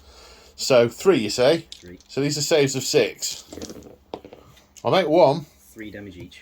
So that's 15. 1, 13 takes the unit. Wow. So he takes the unit. So 18 Blaze of Glory rolls. So they got 5 wounds left. Can I roll 5 6s? That roll I had earlier. You rolled 4. 4. Oh my god. He's taken 15 damage. He's taken 17 damage. He's taken 17 damage. Alright, I can count. It says here. And the Concussors having been wiped out triggers the smashing and bashing rule, which means the War Chanter that was in range by a hair's breadth rushes forward to hit me with them sticks. Yep. 6 attacks. Hitting on 3s. I would say it was a horse's hair. It was quite a thick hit. Well, that's James roll. 1 hitting on, wounding on a 3. No. Normal service has been And doing Vigilante's dice. Anticlimax. Right, I can't wait. I can't wait. And the Liberators pile in. Very precise with the measurement here. He moved as far as he could so everyone could try and get in range. And they have not come in range of these guys here, so they will not activate. 13 attacks hitting on 3s for Sigma! And other such exaltations. Right, the trickier bit, wounding on 4s.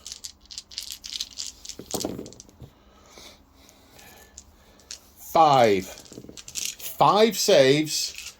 There's still 2 pluses because you're 1+ save effectively, so don't get a 1. If you say so. Oh, so close, so close, so close, so close, so close. But we might lay low the Tyrant on a 4+ at the end of the phase, that he'll take mortal wounds. We'll see.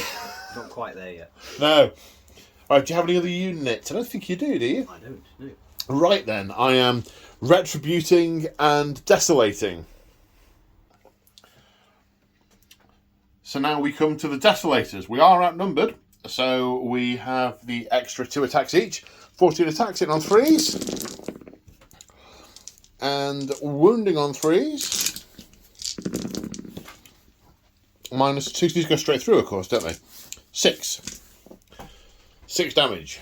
Timber! That guy's going to die because he's got 6 minutes left. Okay. He's falling that way. That way. Okay, how much is that? That's mortal wounds, isn't it? Yeah, D3. For 1. Kills this guy. Oops, that's your dice, not mine. Blaze of Glory. No. That doesn't feel like a fair exchange.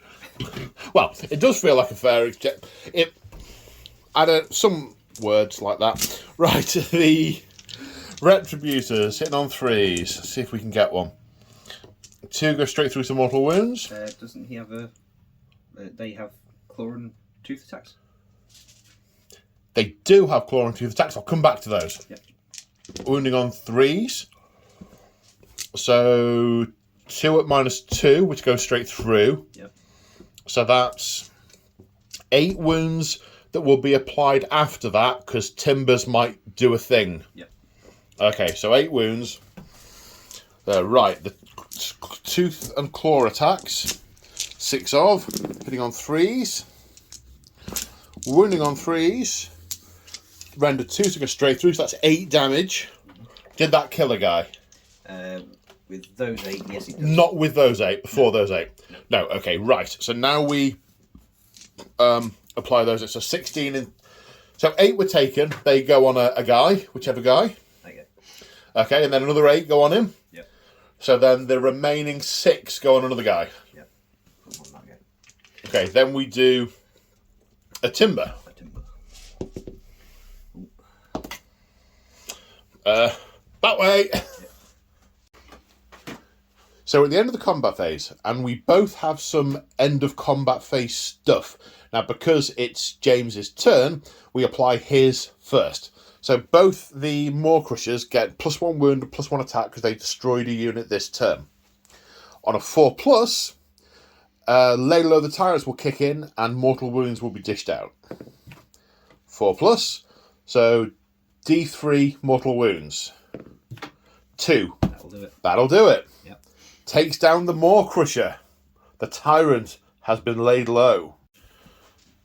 So Battle Shock phase, just a couple of rolls to make. This Brute, they lost 4. Bravery is 6 + 1, 7, because the realm rules. 2 + 4 is 6. He goes nowhere. My Retributors, their bravery is 8. They lost 3.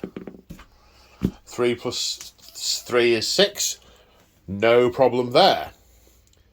Right. My turn 2.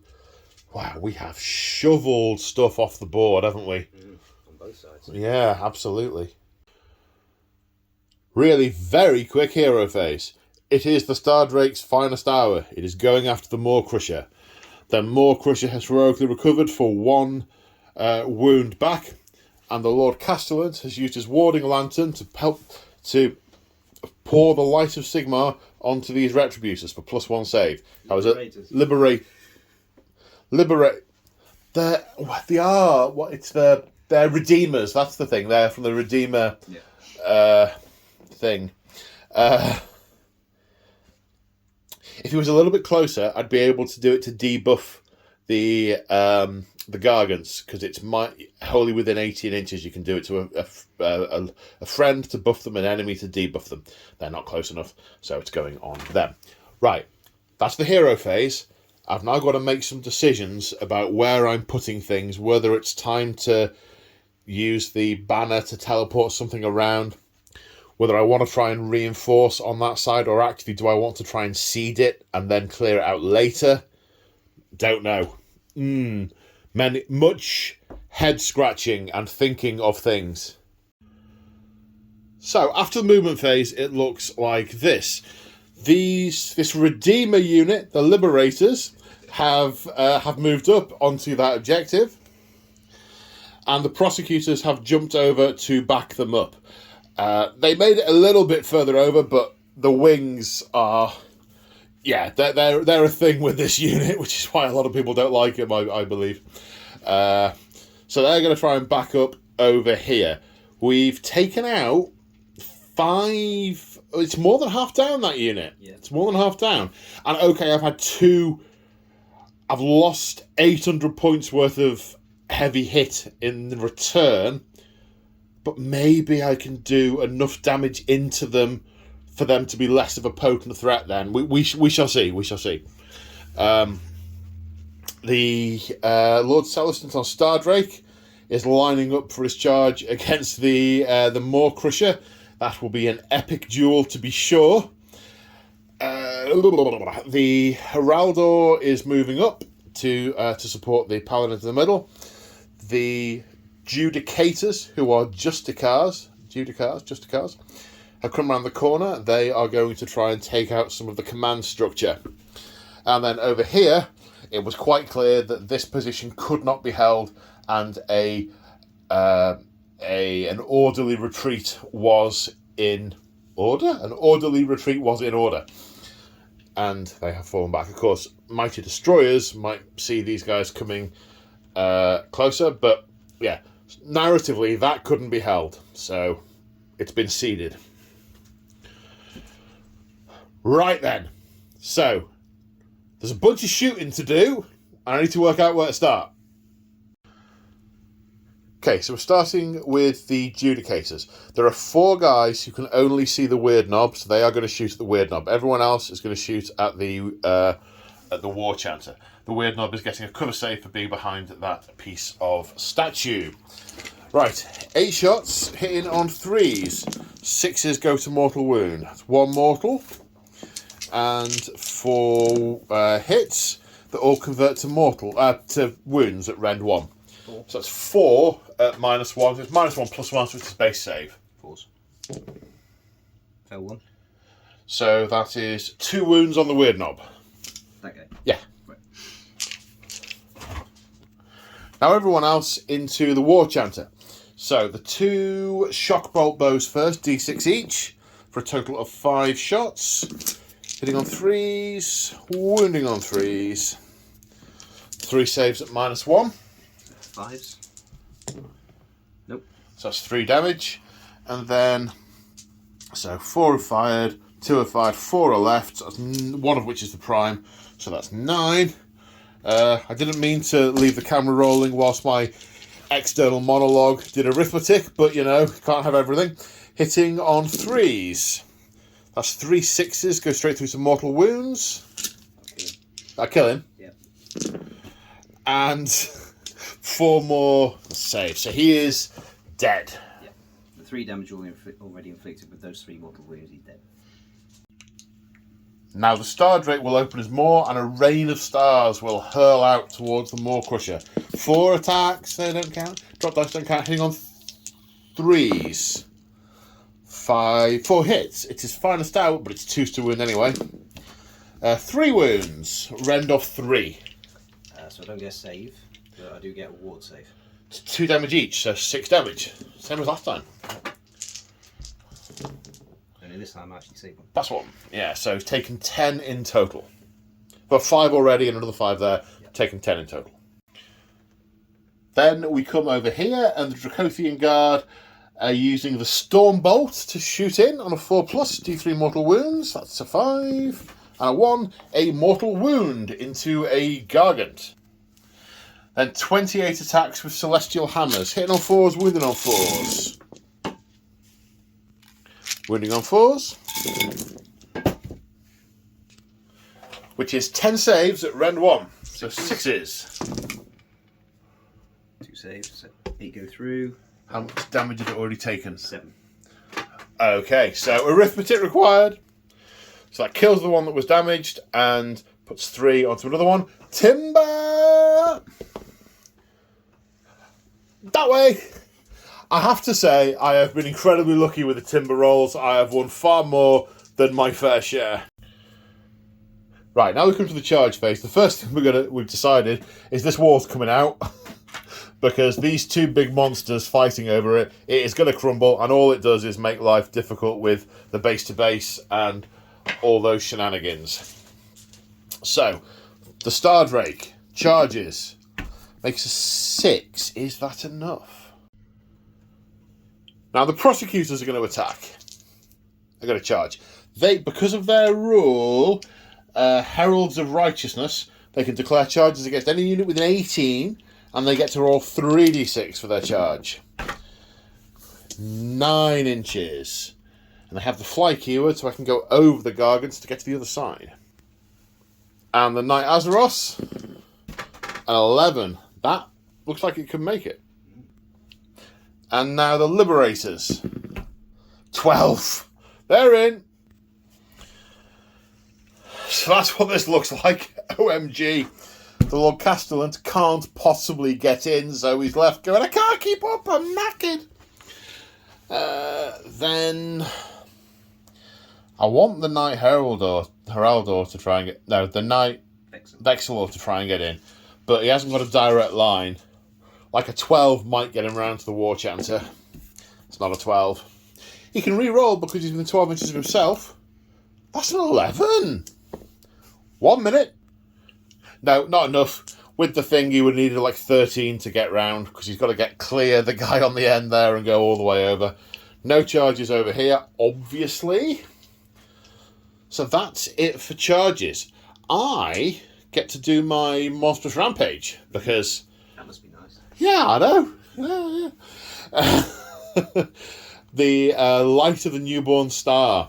Light of the Young Star. Light. It's light and on a 3+. No. On a 3+, it's gone a bit grey. It's overcast. So I am activating the Lord Celestant on Stardrake first. So he's piled in, though he doesn't need to pile in. We have the Carnivorous Jaws rule. I pick up to 4 models, depends on how many wounds I've got, but it's 4 models within 3 inches. Roll a dice. If I beat, or is it equal or beat? Equal or beat the number of wounds, I eat them and they die. So I can't eat a Maw Crusher, and there's only one of them model in range. We're on a 3+, I'll eat that brute. Yeah, nom nom nom nom. Putting it in a bag, saving it for later. No, gulp it down whilst it's all wriggly and fresh. And it's not the right thing to do game-wise, but it's definitely the right thing to do narrative-wise. All-out attack. We've lured these beasts here, and we'll pretend we killed that one, and we'll kill this one too. Right, 3 attacks with my Celestine Hammer, hitting on 2s because of all-out attack. 2 hits, wounding on 2s anyway. 2 wounds. The rend of 2. 6s. Make 1, fail 1. 2 damage. Ward saves? Oh yeah, 6 of ward. Nope. So 2 damage. He's up to 12 now, is he? Yeah. And I've got to get to 19. Yes. Okay, right. Do I have both weapons? No, just the Celestine Hammer. Okay, right. Now, the Great Claws. With the bonuses, are going to hit on 2s and wound on 2s. 4 attacks. 3 hits. 1 wound. Rend 2. Save for 6. Nope. No. 2 ward save, because 2 damage. Nope. No, 2 more damage. So he's up to, what, 14 out of 19? 5 more to go. Okay. D6 attacks with my sweeping tail. For 6. Hitting on 2s, wounding on 2s. 5 hits. Wounding on 2s. 4 wounds, render 1, so 4 saves of 5. 5 plus, yep. We'll make 3. 2 damage. 2 damage. Save 1. Okay, 1 more damage. That's it. That's what he's got. It's not a lot. Nope. No. He's going to hit me back in a minute. Yep. It's going to hurt.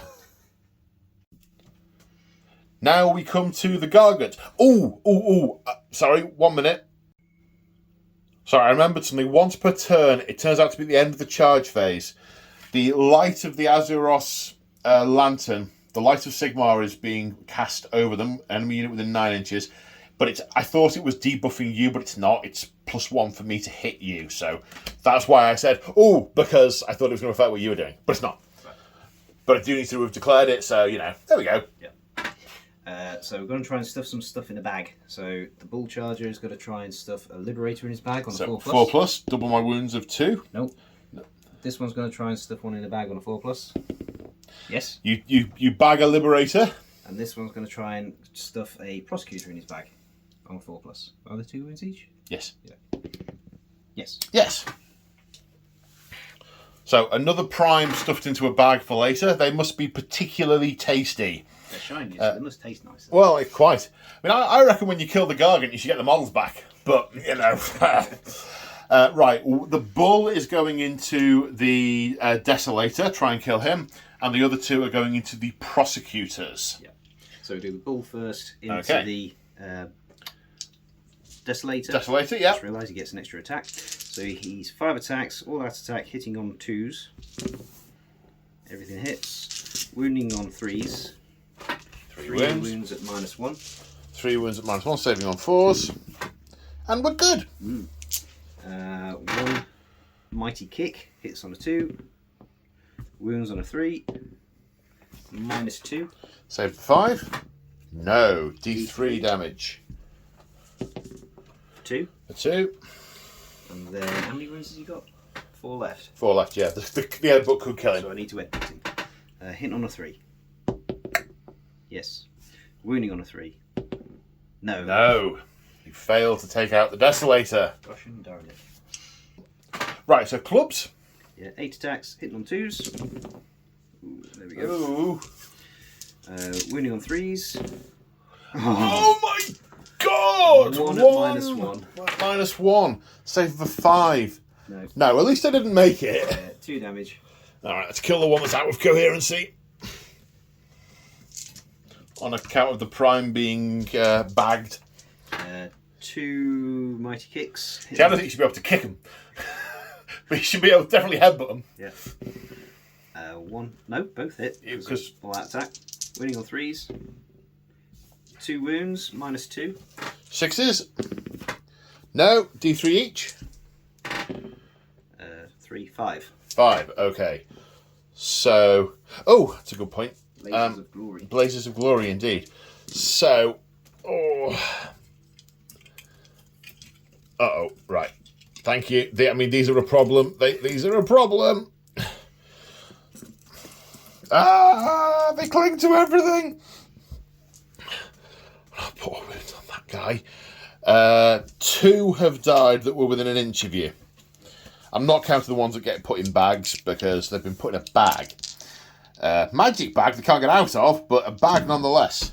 No Blaze of Glories.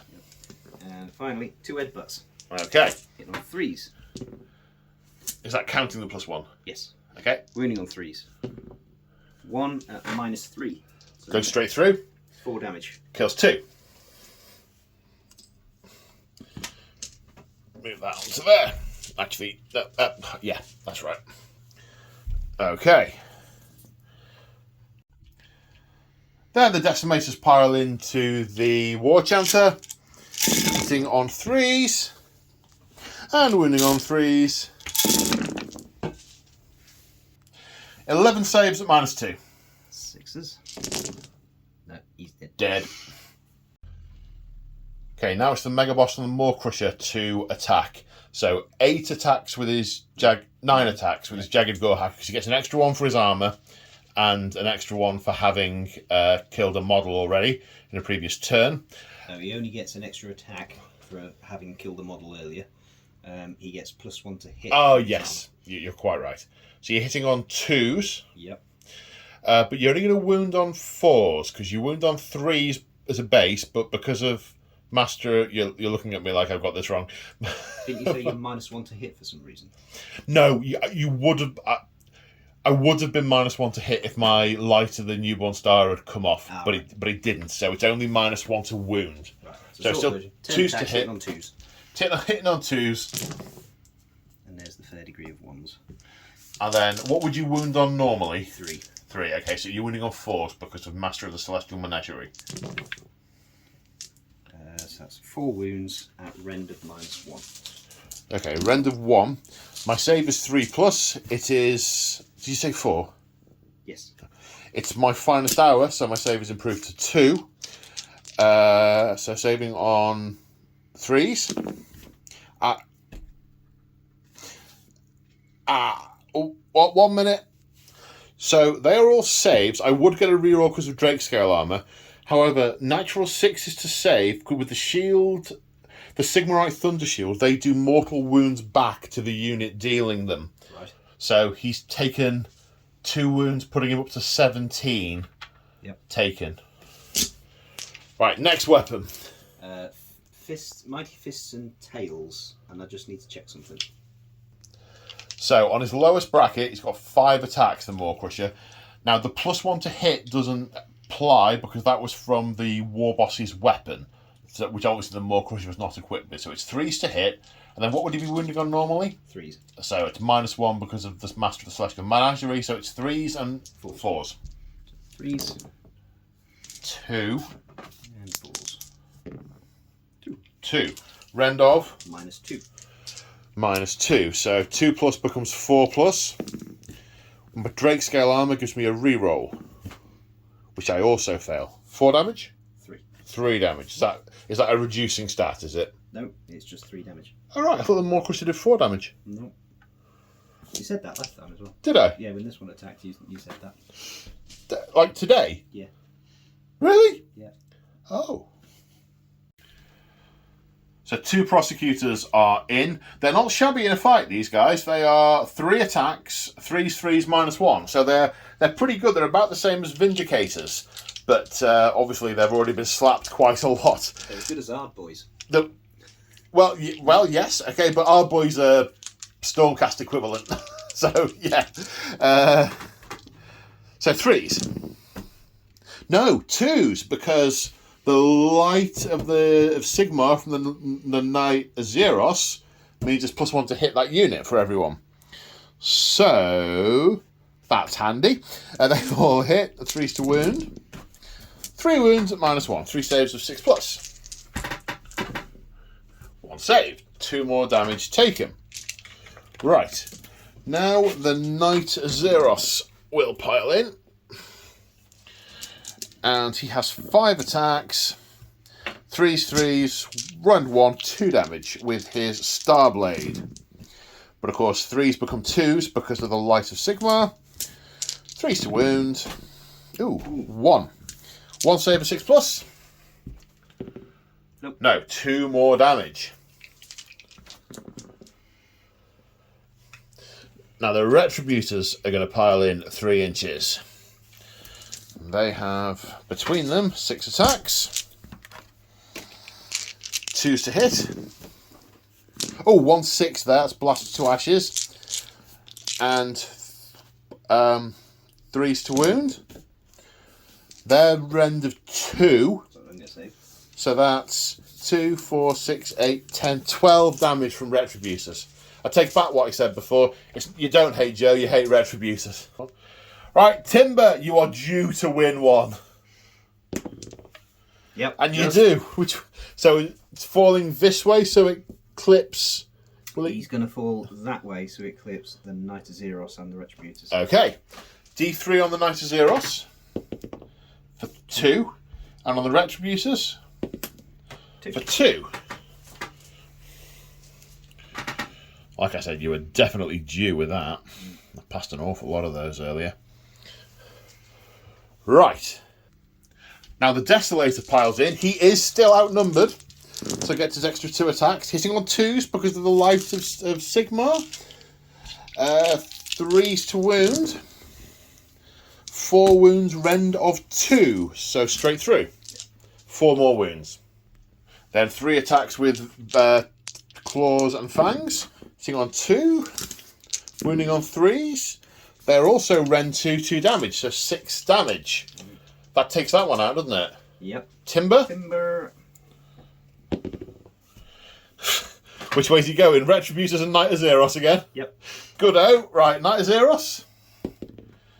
1. Okay, so we goes up to 3. You're definitely going to get a Retributor. 2 damage. Okay, so 1 goes onto that. And he blazes of glory, I guess. But he's dead. Hang on. It's only a problem if I roll a 6. Good. Not a problem. The Liberators pile in. 6 of them are in. 13, one of which is the prime. 13 attacks. Hitting on 2s because of the light of Sigmar. Bunch of 6s, but they don't do anything special. 4s to wound. It's a lot of wounds for these guys. It is indeed. Goodness me. 5, 6, 7, 8 at rend 1. 8 saves of 6 plus, sir. 2's that's 7. It's 6 plus 5 is 11. He's got 1 wound left. 1 wound left. Yep. Whoa. Is that the end of the combat phase? I believe so. In which case, on a 4 plus, I lay low the Tyrant. I don't lay low the Tyrant. On a 6, he'll run away. Okay, straight into Battle Shock. No. No, okay. Good out. There were 4. He's lost 3. 3 plus 5 is 9. The Race Bravery is 7. Yeah, plus 1. Plus 1 for the Realm is 8. So, yes, So he does run away. He's about to die, so that's probably the sensible move, to be quite frank. The Prosecutors lost. How many's left? There's 3 left. There were 9 to start with. They've lost 6. 6 plus 4 is 10. Bravery is 7. Plus 1 for being near the Redeemer unit is 8. 2 more run away, leaving 1 to potentially rally. The other 2 soaring to the sky to do recon or something. So at the end of Battle Round 2, this objective reverts to my control because it's clear. I really thought you had that objective. I did not think I was going to dig through all those Gargants. You had 1 turn where they just did nothing, didn't you? And that really cost. This one's reverted to you because you have a unit within 6 and I do not. And this one remains mine. Okay, so that's the end of Battle Round 2. Priority roll for Battle Round 3. Okay, do I want to press my advantage and go next? And yeah, I do want the first turn in Battle Round 3. I totally do. Stormcast, turn 3. So, end of the hero phase. Heroic actions. The Knight Azeros attempted heroic leadership and failed. The Mega Boss on Moorcrusher, it's his finest hour. Then I spent some CP. In fact, I spent all my CP. The Knight Azeros issued rally to the Prosecutors. 1 came back, and basically the Prime got out of the bag. The Lord Castellant is more than 12 inches away from the Retributors, who had no leader. However, the Lord Castellant is a totem, and his range to issue orders is wholly within 18. So he issued rally to the Retributors. And 2 of them came back, one of which was the Prime, those 2 getting out of the bags. I just love this idea of they're just sort of wobbling around on the floor. I can't get out. So that's the hero phase. I now need to decide what I'm going to do with what, where. Do I consolidate? What are my choices? 1 minute, totally forgot. The Ard Boys also attempted to rally, but the ones that the boss would go, get up, and they had their heads cut off and big cleavers stuck in them and stuff, and none of them got back up. They, poor Orruks. So at the end of the movement phase, it looks like this. The Redeemer unit of Liberators, on that objective with the Lord Castellan, they are staying put. The Dracothian Guard are heading that way. The Prosecutors and Knight Vexillor heading that way, more than 3 inches away from the base of the guy thing. Might need to nudge it around a little bit, but that's basically okay. I had wanted the Decimators to move up and attack the Brutes, but of course they're within 3 inches of the Maw Crusher, so they can't. They are in combat. The Judicators have moved up because at some point they're going to want to fire around that corner. They're going to try and finish off that weird knob. The Knight Vexillor has moved up to support these guys, because if I can kill him in the shooting phase, they can then make a charge in at a later point. And I use the Pennant of the Stormbringer once per battle to pick up a unit anywhere from the table and redeploy it more than 9 inches away from the enemy. So I brought the Retributors down over here. They're going to get charged next turn. They're all going to get charged next turn. There's going to be a lot of next turn stuff going on. So actually, maybe what I should have done is move them on to the objective to sort of lean into that. Ah well, coulda, shoulda, woulda, didn't I? Right, that's all the moving. We've now got shooting. So we're starting the shooting phase with the Rain of Stars, this time at point blank range. 4 attacks, hitting on 3s. 4 hits, wounding on 2s. It's made of stars. Rend of 3, so you're going to save of 6 because it's your finest hour. All 4? All 4, yeah, I'm afraid so. Nope. 2 damage each, so 8 ward saves of 6+. Nope. No, there is the Maw Crusher is down. The Prosecutors out of range to shoot anything. I really didn't want them to finish off the Maw Crusher. The story wouldn't have played out so nicely there. Right, the Judicators are going to try and take out that wizard.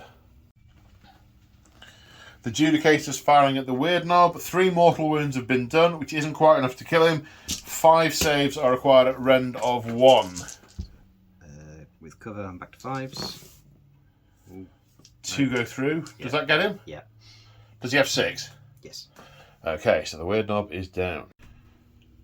Now the charge phase, the Decimators need a 7 to get into those brutes. That's not a 7, but the Lord Vexillor gives them a reroll. That's an 8. They make it in.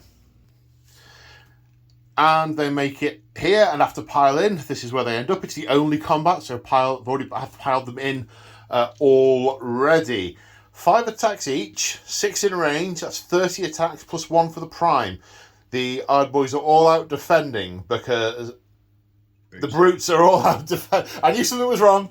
The Brutes are all out defending, so their save goes up to 3+. Right, so 31 attacks hitting on 3s. That was disproportionately high. And wounding on 3s. 17 wounds. So 17 saves required, plus 1. Plus 1 minus 2. Sorry, some dice got shaken without... You know when you turn a blender on and you haven't put the lid in? Yeah. That's basically what James just did with a handful of dice. 5s to save. 12 damage get through. 5 are saved. Kills 4 of the 5. 1 survives. Then the attack's back. 3 attacks, hitting on 4s. Wounding on 3s. 2 rend. 2. 2, so 2 saves of 5+. 1 pass, 1 fail. 3 damage. 3 damage, because you're still under the effect of the War Chanter. Yep. Kills 1. Blaze of Glory. I mean, it'd be. 3 6s is just. I mean, it can happen, but it's very low odds. Okay. Battle Shock. Battle Shock. Yeah, lost 4. He's fine. He's having it. He can feel the beat of Kragnos through his feet on the floor. You can hear his hooves battering through the city. He is not running anywhere. So at the end of the movement phase, it looks like this. In the hero phase, the Weird Knob attempted heroic leadership, but he cannot get this horde to do what he wants, partly because they're now leaderless, and partly because they feel Kragnos. I attempted heroic recovery with the Celestant on Stardrake, failed. The energy of Kragnos is booming through the area and distressing the Great Drake. I spent a CP on Rally, on the Retributors, and 1 came back. Bloody Retributors. Well, I know. Well, they were all teleported over here, even the ones who were sort of on the floor and a little bit poorly. I think that's everyone out of bags now, basically. I think the bag was over here and he's still squirming around. He's like, "Are you not out of that yet?" I can't see! Then in the movement phase... also in the hero phase, the Violent Fury? Yes. Violent Fury placed on the Brutes, the Arboys and the Brutes. That is a big knot of Brutes. This is a tough nut over here still. And a lot of my things are out of position to fight against it. All the Brutes ran, but the Arboys have not, so they can charge, presumably. Yeah, the Weird Knob cast Mystic Shield on the Arboys. Thank you. Yes, I did forgotten that. So that's movement. Yep. Charge phase. There's no shooting. Nope. Must be the charge phase. Our boys are going to try and charge the Retributors. That'll do it. That'll do it. Well, they charge. Yeah. Yeah. And after the charge phase, it looks like this. We have 2 guys going into the Liberators and 2 guys going into the Retributors. There is no boss in the unit. He died earlier. Mm-hmm. So which one's first, sir? We'll do the Retributors first. Okay. 4 attacks hitting on 3s. It's a good start. Oh, man. You don't want an all-out attack? I can't. There's nobody close enough to issue them the order. Well, are they not... Is one of those a totem? No. Really? Yep. Neither of those is a totem? I'm pretty sure they're not. No, neither of those are totems. The regular Mega Boss is a totem, so that does kind of fit with the Ironjaws. This is all Gork. That's that sort of mysticky, morky stuff. Yeah. That's not totemic. Wound on a 3? Yeah. Yep. -1. -1. 3 up saves, saving -1 to a 4. No, damage? 2. Okay, so 2 damage on the Prime. Because he is the nearest one. And then 4 attacks into the Liberators, hitting on 3s. A little bit better. Wounding on 3s. Oh, man. 1 at -1. 4 up? No. 2 damage. Kills that guy. Uh-oh. And no Blaze of Glory. Now, shield bashes. 1 into the Liberators, 2 into the Retributors. 1 into the Liberators. Nope. No. 2 into the Retributors. Yes. Yes. Is it mortal wounds, is it? Yes. That kills the Prime. Should have stayed in the bag. Should have stayed in the bag. And he blazes not in glory. Now the Retributors attacking. 3 attacks each. Hitting on 3s. 6s blast to ashes. So 3 of them have been blasted to ashes. And 2 of them wounding on 3s. 2 wounds. Rend of 2. So with Mystic Shield puts them back to 4+ saves. 1 pass, 1 fail. So that's another 2 damage. 8 damage in total. Now we come to the Brute with the Gore Chopper. 3 attacks hitting on 4s. 1. Wounding on a 3. Yep. -2. Save the 5. Yes. Then the Decimators attacked the Brute. He needed to take 14 saves. Because he was no longer all out-defended, needed to make 14 6s. Spoiler alert, he didn't. And in Battle Shock, the Retributors didn't lose enough to break, and James had a CP left, so inspiring presence on the Ardboys. Worth pointing out that because of the casualties, the unit is now wholly within range of one of the characters. Yes, indeed. Handy like that. It's convenient in a way. Right, priority roll for turn 4. You're first or second? Let's go first. Okay, Orruk's turn 4. Okay, end of the movement phase. So hero phase stuff. Heroic leadership on the Knight Heraldo, which he got, and immediately spent the CP on rally to rally the Liberators, but it turned out the Liberators were all dead. They'd all gone up to his ear. I didn't want to do it on the Retributors anymore, because basically I was trying to rally the ones that were in bags. So, yeah, happy with that. And plus, I'd like to play James again at some future point. I don't want to I don't want to sour our friendship. Heroic action was yet another failed attempt by the Weird Knob to tell the Mork worshipper to tell the Gorkas what to actually do. Rolled a 1. No CP there. Despite his irritation and their protestations, he cast Mystic Shield and put it on this unit of brutes, so they go up to a save of 3+. Violent Fury on all 3 units, so they're all ready to tear stuff to tiny pieces. And then the moving, they've ended up here, and nothing else has changed anywhere else because they're all here. No shooting. It must be time for charges. Yep. So the brute's going to try and charge. The 5 brutes, yep. 4. That's just enough. That's plenty. So the brutes, after charging and piling in, end up here, and they are laying into the Liberators and Retributors. Yeah. Goodness me, all these names. So I'm going to put these 2 into the Retributors. Yep. These 2 into the The Liberators. Yeah, got me at it now, and that guy's out of range. Okay. So we've got the Boss Chopper going into the Retributors. Are you all out attacking or anything? Yep, all out attacking. Boss Claw and Brute Smasher that guy's got. So hitting on 3s, even with all that. I will all out defend with the Liberators, not the Retributors. Hitting on 3s. And wounding on 3s. So 1 at -1 into the Retributors. 4+? Yes. And then 1 pair of Brute Choppers. 4 attacks hitting on 2s. Wounding on 3s. -1 rend into the Retributors. 4s. Fail 2. 1 damage each. No, presumably. Sorry, 2 damage each, yes. So that's 4. Yep. Which will kill 1 guy and put a wound on another.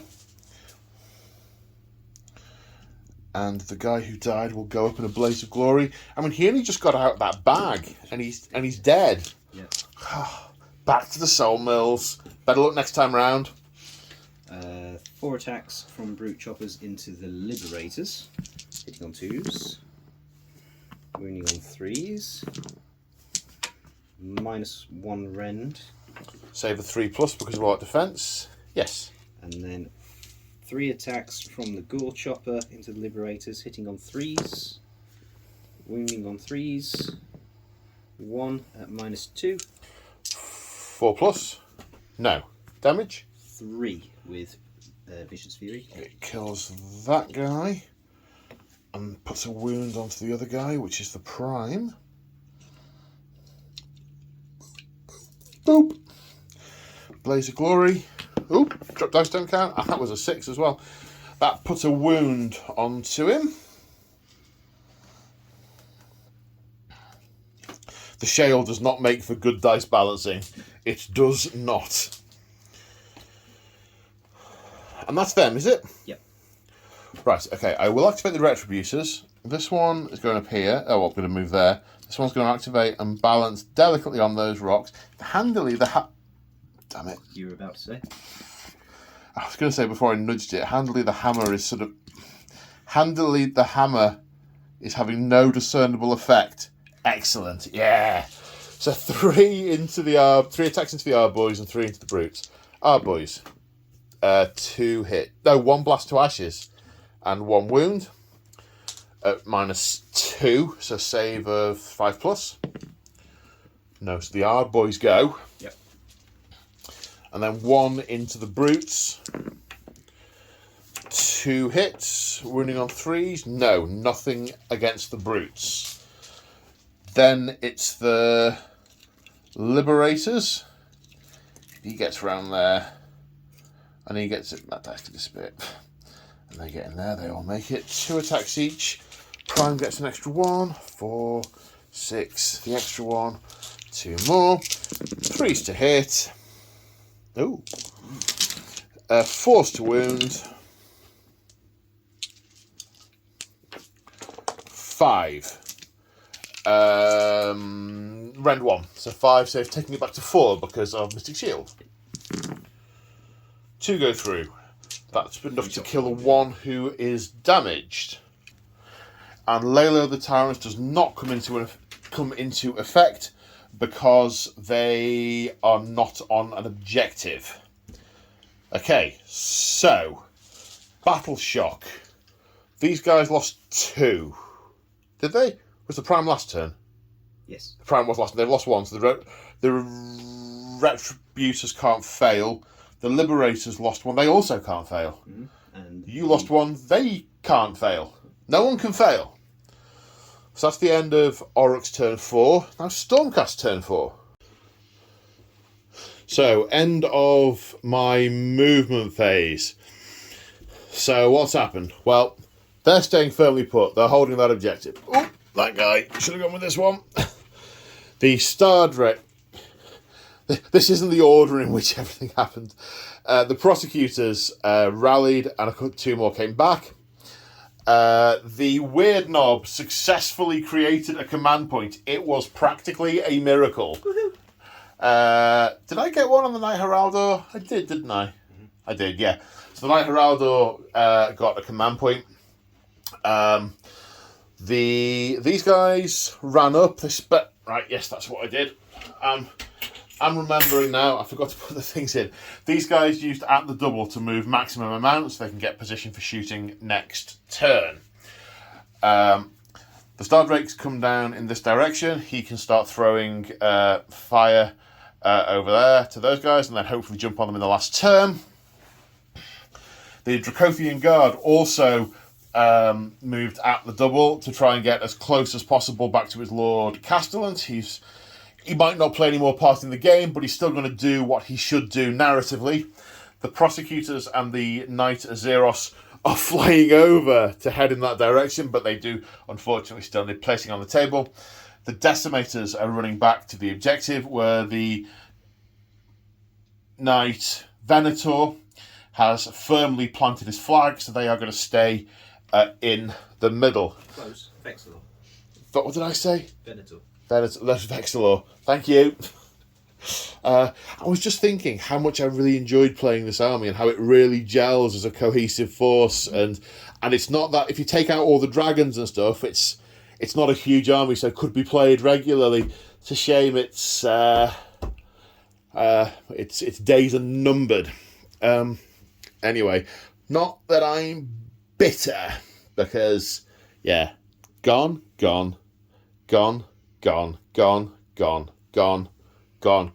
all gone. Not bitter. Right, so there's no shooting from these guys because they ran. They ran the full 6 as well. I did that 3 times. I used 3 CP on that. That was all my CP. No, hang on. Did I even have that many CP? No, I didn't. So he must roll. He needs to go back 3 inches. Because I couldn't use that one because it was just for the Knight Heraldor. Yes, this is why. This is the thing. Right, shooting. The Stardrake is going to... What can he see? Well, he can see the wizard. He doesn't like the wizard. but that is a massive mob of brutes about to roll over and punch through into the city here. So the Starfire is going to go into the brutes. Hitting... Alright, defense. Fair enough. Hitting on 3s. 3 hits. Wounding on 2s.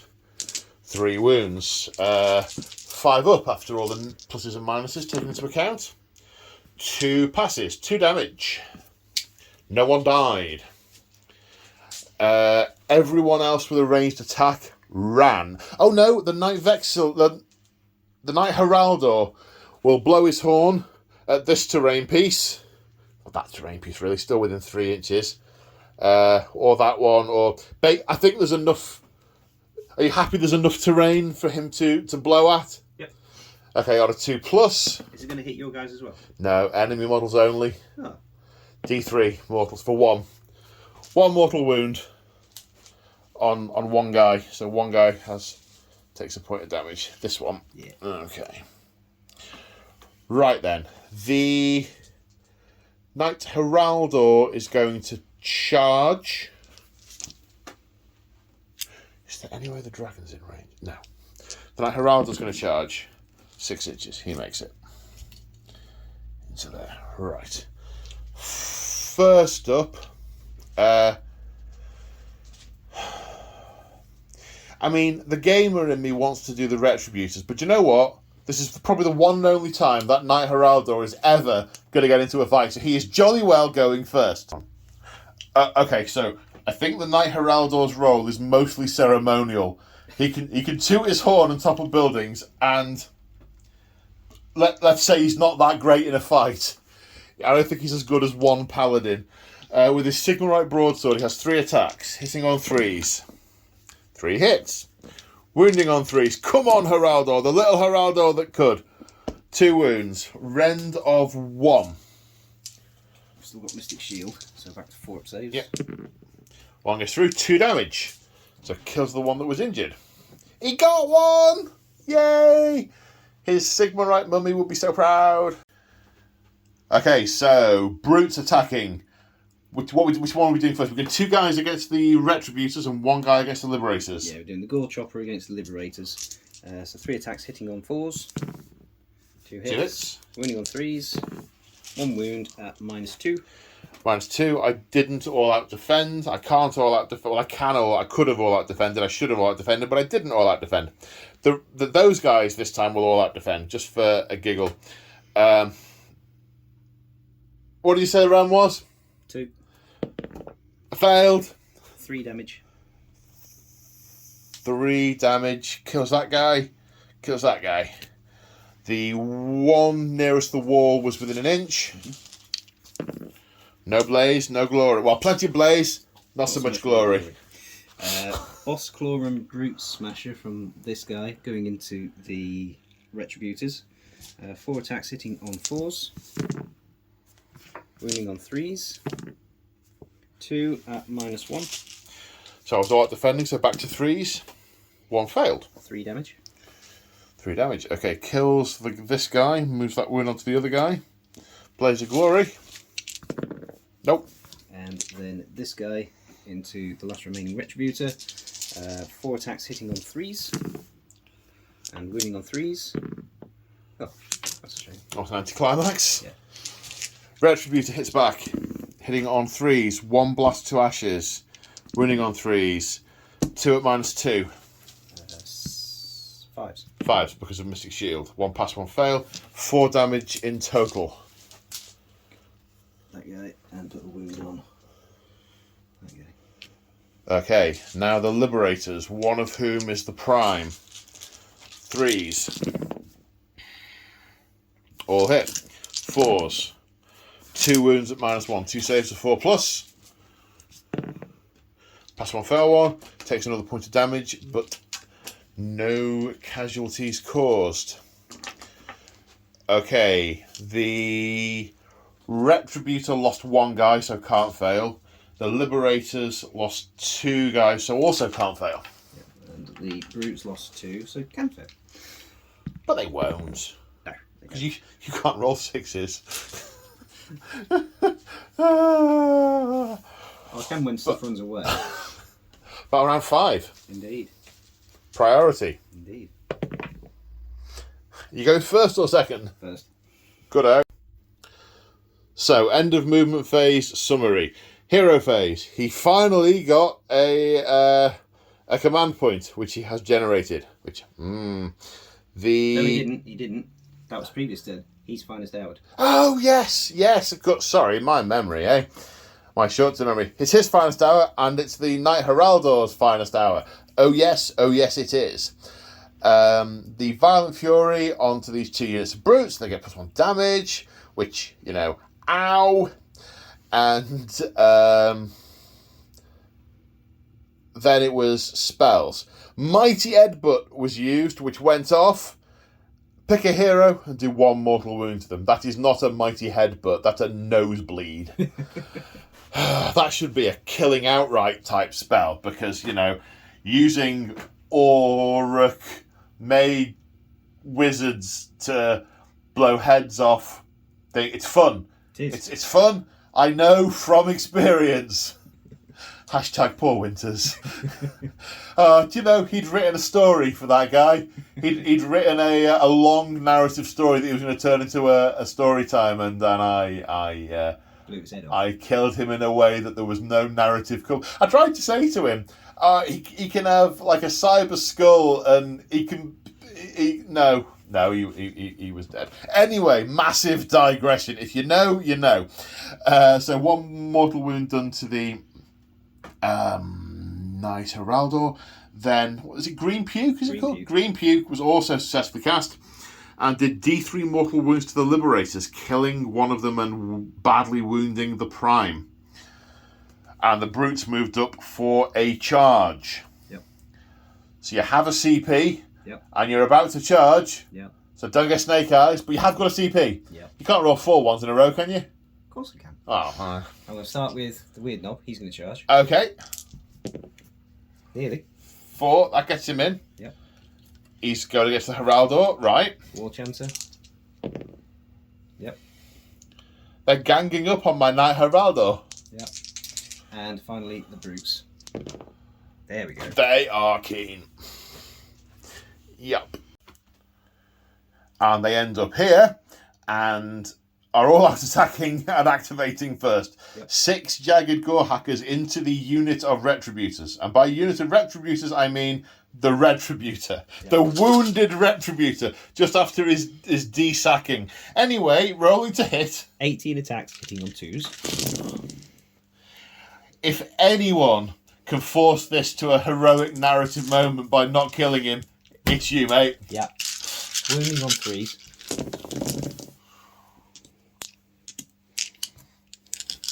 5. 10 saves at -2.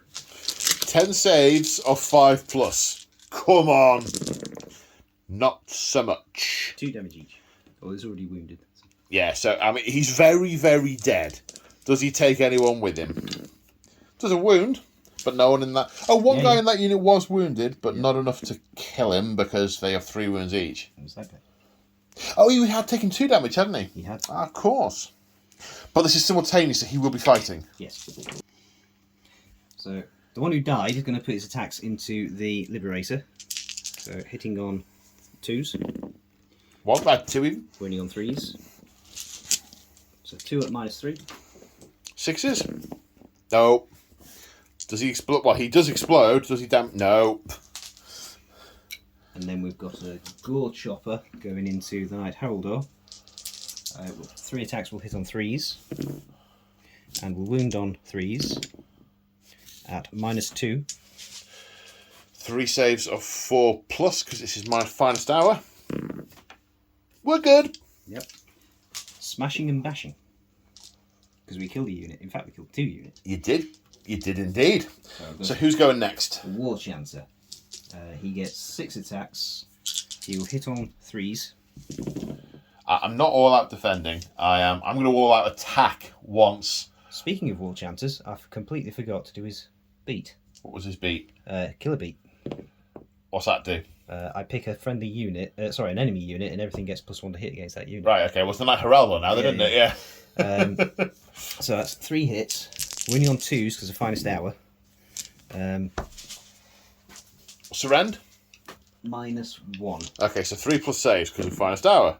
1 gets through. How many damage? D3. For 3. So he's taken 4 damage. My turn. Right. All out attack. I'm going to kill the wizard. 3 attacks. Come on. 3. Oh, I'm glad I all out attacked that. 3 2s. Wounding on 2s because of my finest hour. -1. Is this into the... It's the weird knob. Weird knob. -1, so I need 6s. Nope. 2 damage each. Yeah, that'll kill him. Ah, got him! So at the end of Orruk's turn 5, that Knight Heraldor is fighting for his life. I've just cleared his wound counter away by mistake, but he has taken 4 damage. But his brothers are coming to his rescue, in theory. Okay, end of movement phase, summary.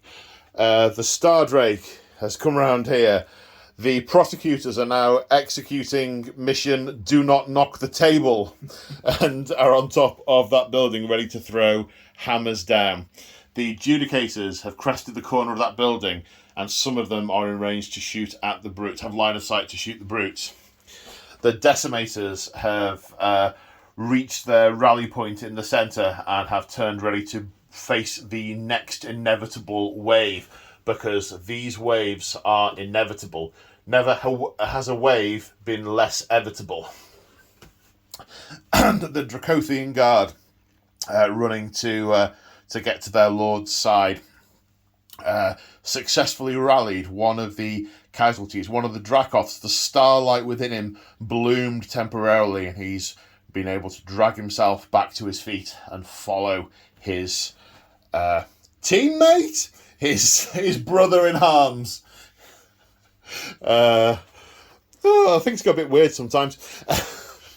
Okay, so we are round here and it is Operation Save Knight Heraldor. Well, I mean, we're blocking this gap. We're trying to stop the Orruks getting into the city, which is the real operation. But Paul's mission right now is the Knight Heraldor gets to live. So, with that in mind, the shooting phase. The prosecutors are throwing their hammers at the war chanter. That's 3 each, plus an extra 1 for the prime, is 16 hammers. So Lookout Sir is in effect, so it's -1 to hit. So I have all out attacked. They really want that war chanter dead. So 16 attacks hitting on 4s. And then wounding on 4s. Okay. 4 wounds at Rend 1. I need 5s. 3 go through. Had he taken any damage already? Yeah, you've taken 3. 3. Oh, there's a next. How does he have? 6.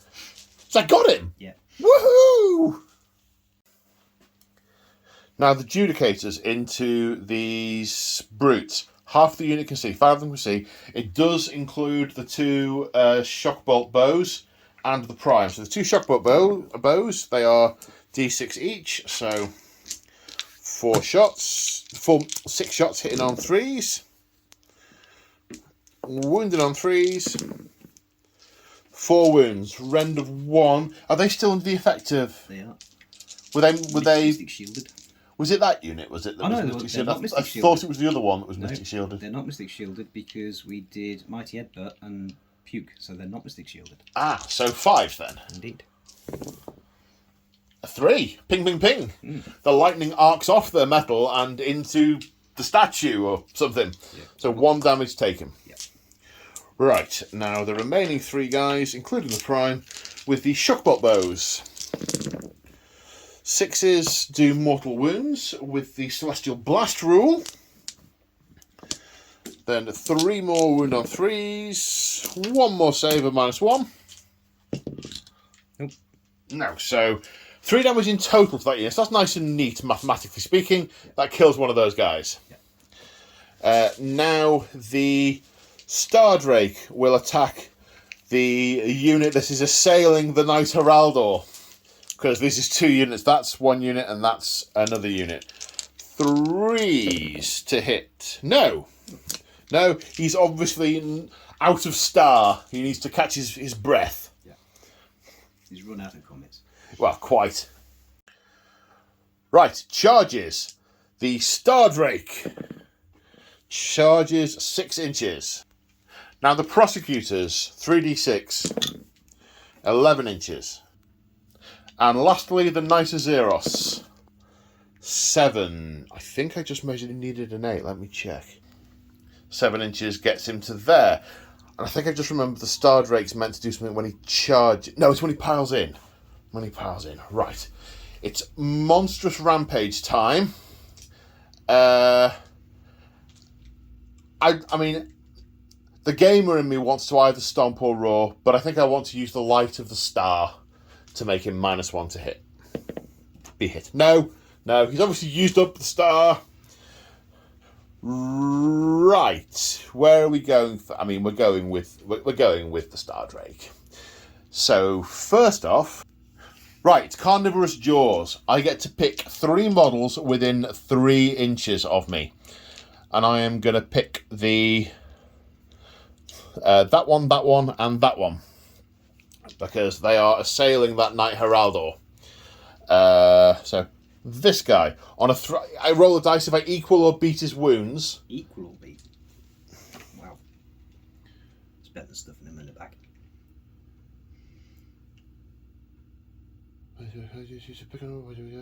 Roll the dice for each of the rollers. No, I've read that wrong. If it's greater than the model's wound characteristic, it's slain. But I read that earlier. Oh, who knows how I got that wrong. Okay, going left to right, the first one, 4 eats him. No. The next one, 4 eats him. No. The last one, yay, at 1. Right, the rest of the attacks, all out attack into the big unit of brutes. Oh, you aren't defending? No. Okay. Right, the Celestine Hammer, 3 attacks, hitting on 2s. 2 hits, 2+ to wound. Rend of 2, 2 saves of 6+. No. 2 damage each, 4 damage. Then the Great Claws, hitting on 2s, 3 hits, wounding on 3s.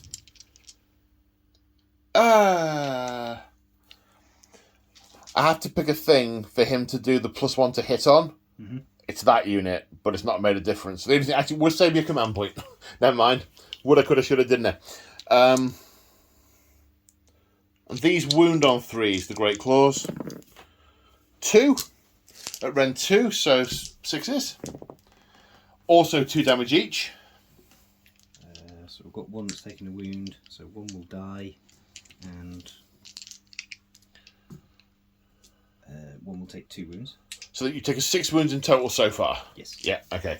Now, the Sweeping Tail, D6 for 1. Obviously, he's trying to avoid the other Stormcasts in there. Hitting on a 2, wounded on a 3, Rend of 1. 5+ save. Yes. So, yeah, he is not a damage output monster in combat. He is much more utilitarian. He also, it hasn't come up now, but friendly wizards next to him get +1 to cast and unbind. Enemy wizards within 18 inches of him get -1 to cast and unbind. It's definitely a Swiss Army knife rather than a beat stick. Yeah. Right. That's him. I mean, it still does feel relatively low for 500 points. But very fun, and I enjoy the meteorites and everything. Anyway, here we go.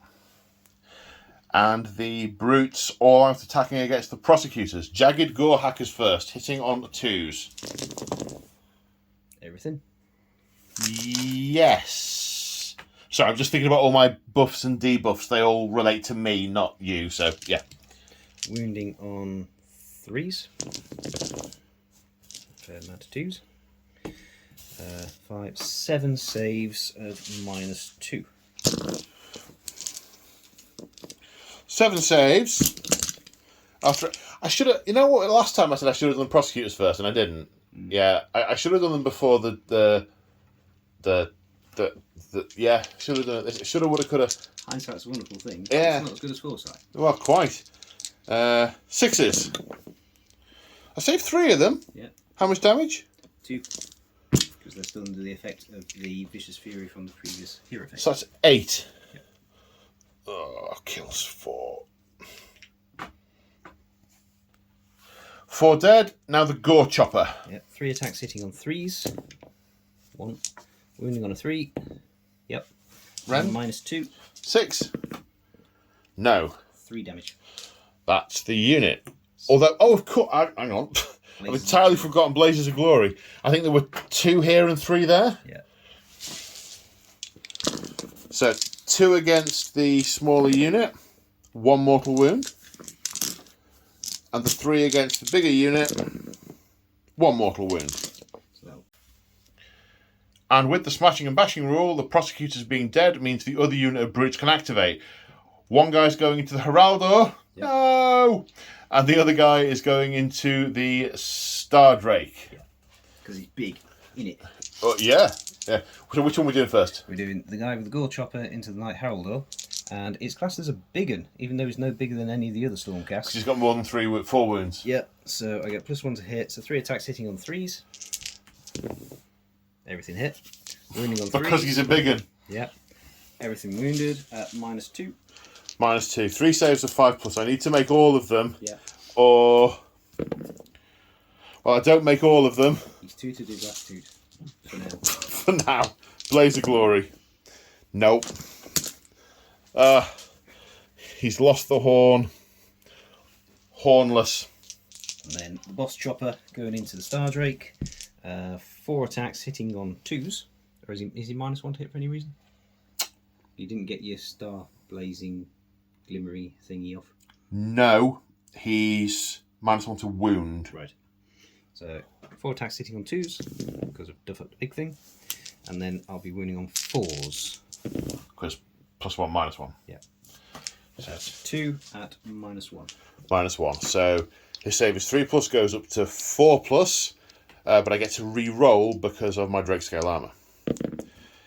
It's ironic, really. Drakescale, he's basically wearing his cousin Gavin, Yeah. and that lets me re-roll the save. So 1 pass, 1 fail. I have to save as well. So those are saved, but none of them rebound back. Now we just have the Knight of Zeros. Right, the Knight of Zeros has 5 attacks. He doesn't get the +1 because he's attacking the smaller unit, not the one that had the Light of Sigmar shone on it. Ironically, so 5 attacks hitting on 3s. But, you know, they all hit, wounding on 3s. 3 wounds at -1. 3 saves of 5+. So 4 damage go through. Was that 1 wound Yep. taken? Yep. So he dies and 2 wounds go on the other one. Yep.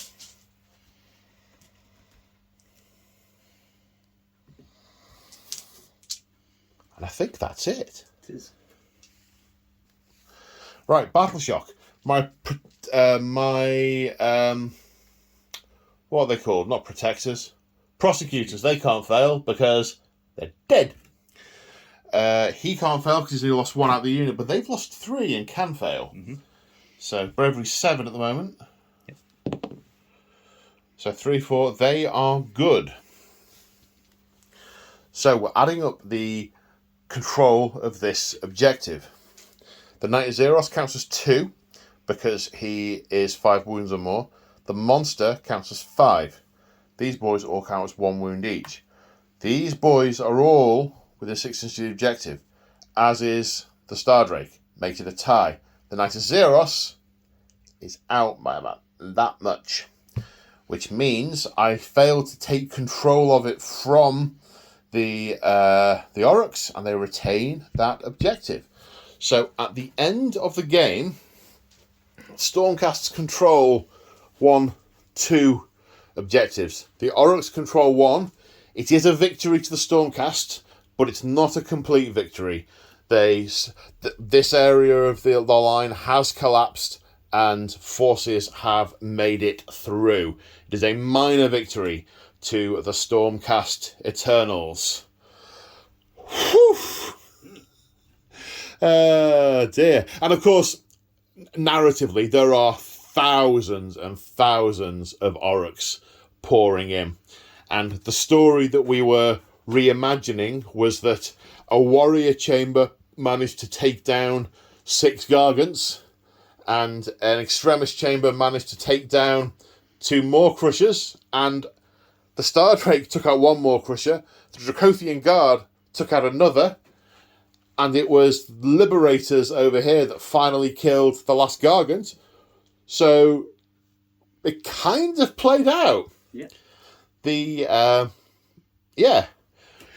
What do you think? What thoughts? I think you can talk a little bit more coherently than I can. Yeah, it was interesting. I mean, at one stage we had a chat, and you said to me that basically Destruction have got that one, Destruction have got that one, and you'll have that one by the end of the game. And you were half right. I think that over there, yes, that big mob of 9 man crushers does look intimidating. It looks awesome. But when all said and done, I was up against stuff that went straight through the armour and did 2 damage.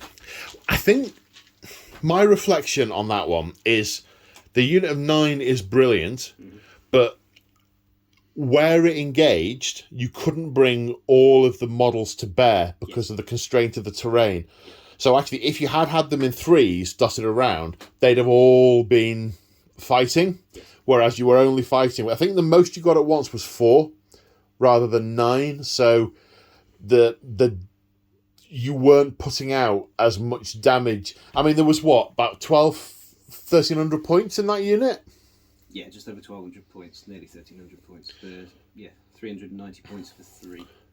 And I think I was incredibly lucky. You had one turn where the Gargants just did nothing. And ironically, because you'd stuffed guys in bags, it took you out of range took 2 of the Gargants out of range. And you had terrible dice rolls, and the 2 Retributors and the 1 Dracothian Guard managed to live with just a couple of wounds left. Then hit you back and kill another one, and I was able to push up with a bit more. That really should have gone to you. The dice there were not kind to you. That's why we roll the dice. Well, it is, absolutely. That's it's how we tell the story. And in the story, it cost them nearly a whole chamber in order to do it. Yeah. And I have got 3 units left at roughly full strength, but I came with 90 Stormcast. No, 3, 4, 5, 6. I came with 70 Stormcast. I'm leaving with 30. Came with 8 Dracothian Guard, leaving with 2. Came with 3 Knights, leaving with 2. Okay, that's not so bad. He tooted his last trumpet. I think, again, part of it is the matchup was very thematic. So, obviously, the Astral Templars, their thing is they fight monsters. And because of that, they're immune to monstrous rampages, which meant quite a hefty chunk of the Maw-Crushers' points worth is in their ability to do monstrous rampages. Yeah, they get bonuses, don't they? They do more damage with Stomp than other monsters do. Yes. As did the 9... I think the Stomp would have been D3 plus 8 plus 1 for each of the other members of the unit. Yes. It would have been about 10 mortal wounds Stomp. So against any other army, I think it would have been a slightly different outcome. So yeah, it was quite heavily nerfed by virtue of the Astral Templars' sub-faction traits. But equally, I wasn't getting ward saves on the objectives. I wasn't getting... the paladins do extra stuff. That was my sub-faction. You were getting your +1 damage all over the place, and that made a big difference. That really tore through stuff. Yeah, and I knew also that I took that first turn because I knew I had to get onto the objectives and try and get you to force me off them. Because if it had been the other way round, that would have been a bit of an uphill struggle, I think. But again, because of that, I didn't get things like impact damage from the giants as they charged in.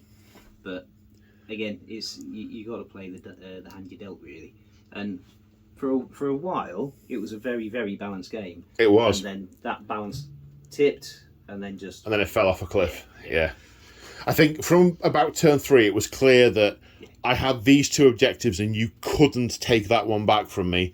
And I was able to push you back off this way, and then it just became about what what happened here. But mobility was quite important because you had a chunk of 10 brutes that did nothing the whole game until right towards the end that then really did some work.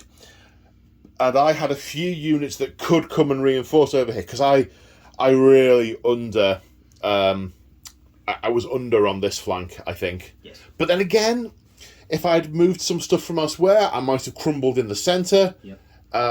Who's to say I nearly fell apart over here? Yeah. That was incredibly close. It was, yeah. Yeah.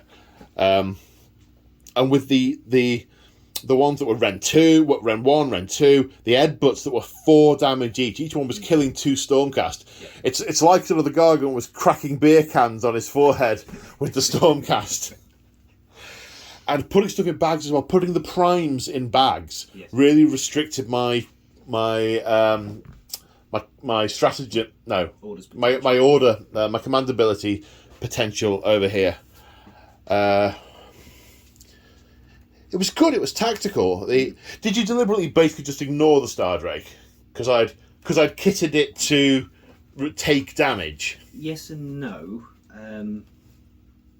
No, because I couldn't get to it because it was at the back most of the time. By the time it came forward, the only thing that was capable of doing any kind of damage to it was a very badly damaged Maw Crusher. So initially I couldn't get to it to damage it in the first place. But then there was almost no point in trying to take it on because of the buffs you'd given to it. And I found in most war games, if you get a big tanky unit like that, you've got 2 options. You've either got to concentrate on it to bring it down, or you just got to ignore it. Well, I think that's the thing. I took all my because of the narrative in the book, because he lured 2 Maw Crushers into combat and took them on his own. Yeah. I'd sort of looked at it. Is it going to be possible for him to fight 2 Maw Crushers? Because you can attack one, probably not going to kill it, so he's going to get hit back by 2 Maw Crushers. So rather than turn 1, he just goes and falls over. I'd sort of built it round that concept. And actually, but when we're playing it in a big game like this, rather than just saying, and the Maw Crushers got to charge the Star Drake, that doesn't really work. I didn't really need to do that. If I could have got both Maw Crushers to him, then yes, I think they would have taken it down. But I couldn't, so I didn't. So they didn't. And it wasn't, and they haven't. But again, I think both of us held back with our big monsters. I've definitely learned the hard way that you don't charge big monsters in straight away because they don't tend to last very long. Kragnos in episode 13 got did he have 1 wound left after that? After those retributors. Yeah. And I know in episode 2 when I was winning and I flippantly threw a Lariel at some beastmen and she got brutally taken down in like one go. Like, whoa! So yeah, I'd learned that. I didn't want I wanted to stalk the Maw Crushers. I wanted to wait till an opportunity presented itself to take them out, because that was literally his job, both narratively and game-wise. Yeah, I mean, his ability to call down those meteors from 30 inches away, it basically makes him a glorified artillery piece, which almost feels a little bit wrong because it's a dragon. I like to think that it was star stuff that he was spewing out of his maw. He can spew it out a very long way if that's the case. Yeah, indeed. I sort of had a sort of shooting star, spirally, fireworky type mental image. Yeah. But no, it was a really good army. The way you built it, as you said earlier, as a standalone army, it works really well. But what's staggered me is we've done 4,000 points aside, and it's not even 8 o'clock yet. No, I know. We've probably got another 2 hours to go at this point. Yes, indeed. And I don't know if that's because we clashed quite early on in the middle, right the way across the line. A lot of stuff died quite early on, and that just helps speed things up. Well, some of the other scenarios we've done have been a bit obscure. Yeah. Like the last game we physically played was the one with the recurring Gargants. Yes. And we played that until we'd got through either 20 Gargants or Joe ran out of Stormcasts. Or the Stormcasts all died. So that was that might have been a feature of that. I think with this is we had some really punchy units. So stuff was coming off the table. In 2 turns we probably took 4 of the 8,000 points off the table Yes. in the first couple of turns. And some of the stuff that was left didn't play much of a role in the game because it was out of position. And, Yes. and narratively, there was no way I was going to start legging stuff over here just to use the buffs. They're holding the line. Yeah. And also, there wouldn't have been much point because they only move 5. If you automatically run them 6, they're still not going to have got over there where they needed to be in time. So Absolutely. yeah, we can't be wasting our own time if we've been doing that. Yes, But on the whole, indeed. I enjoyed that. That was good. Yeah, that was a lot of fun. A lot of fun.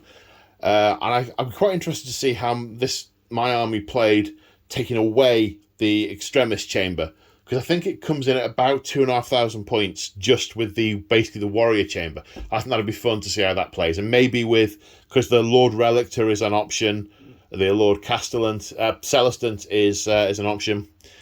It's a shame it's not going to get much more use, really. It's but I guess that is what comes of picking a narrative that is set early on in an earlier edition with different models and then only building and collecting those. Yeah, I mean, again, thinking about we had the conversation earlier over what games are left to play in the story, and it saddens me a little bit to think we've actually probably seen the last of the Bone Splitters. Yeah. But I'm sure we'll see them again. Oh yeah. Maybe in a different shape. Different shape bases. Different shape bases. And on that note, big shout out, a big thank you for James for coming and playing this. Awesome to play you as always, sir. Very much appreciated. Shout out to all my channel members and Patreons. You make all this possible. It's the support and motivation to keep me going through with all of this. So you guys are amazing. Thank you very much. If you want to support me, check out the description of this video. It's things like channel memberships, affiliate links, Patreon. I've started posting behind the scenes pics on Patreon because they haven't been getting anything. So any patrons they will see periodic sort of pics of my modelling desk. So if you want to support me, fantastic. If you don't, if you've got to the end of this video and you're still watching, that makes me super happy because we've really enjoyed making it. I hope you guys have enjoyed watching it. And join us next time in, hang on, 12, 34, episode 16 is the next one. Yes, we shall see what's happening as the battle for Excelsis rages on. So until next time, take care, folks, and say bye, James. Bye, James. Bye.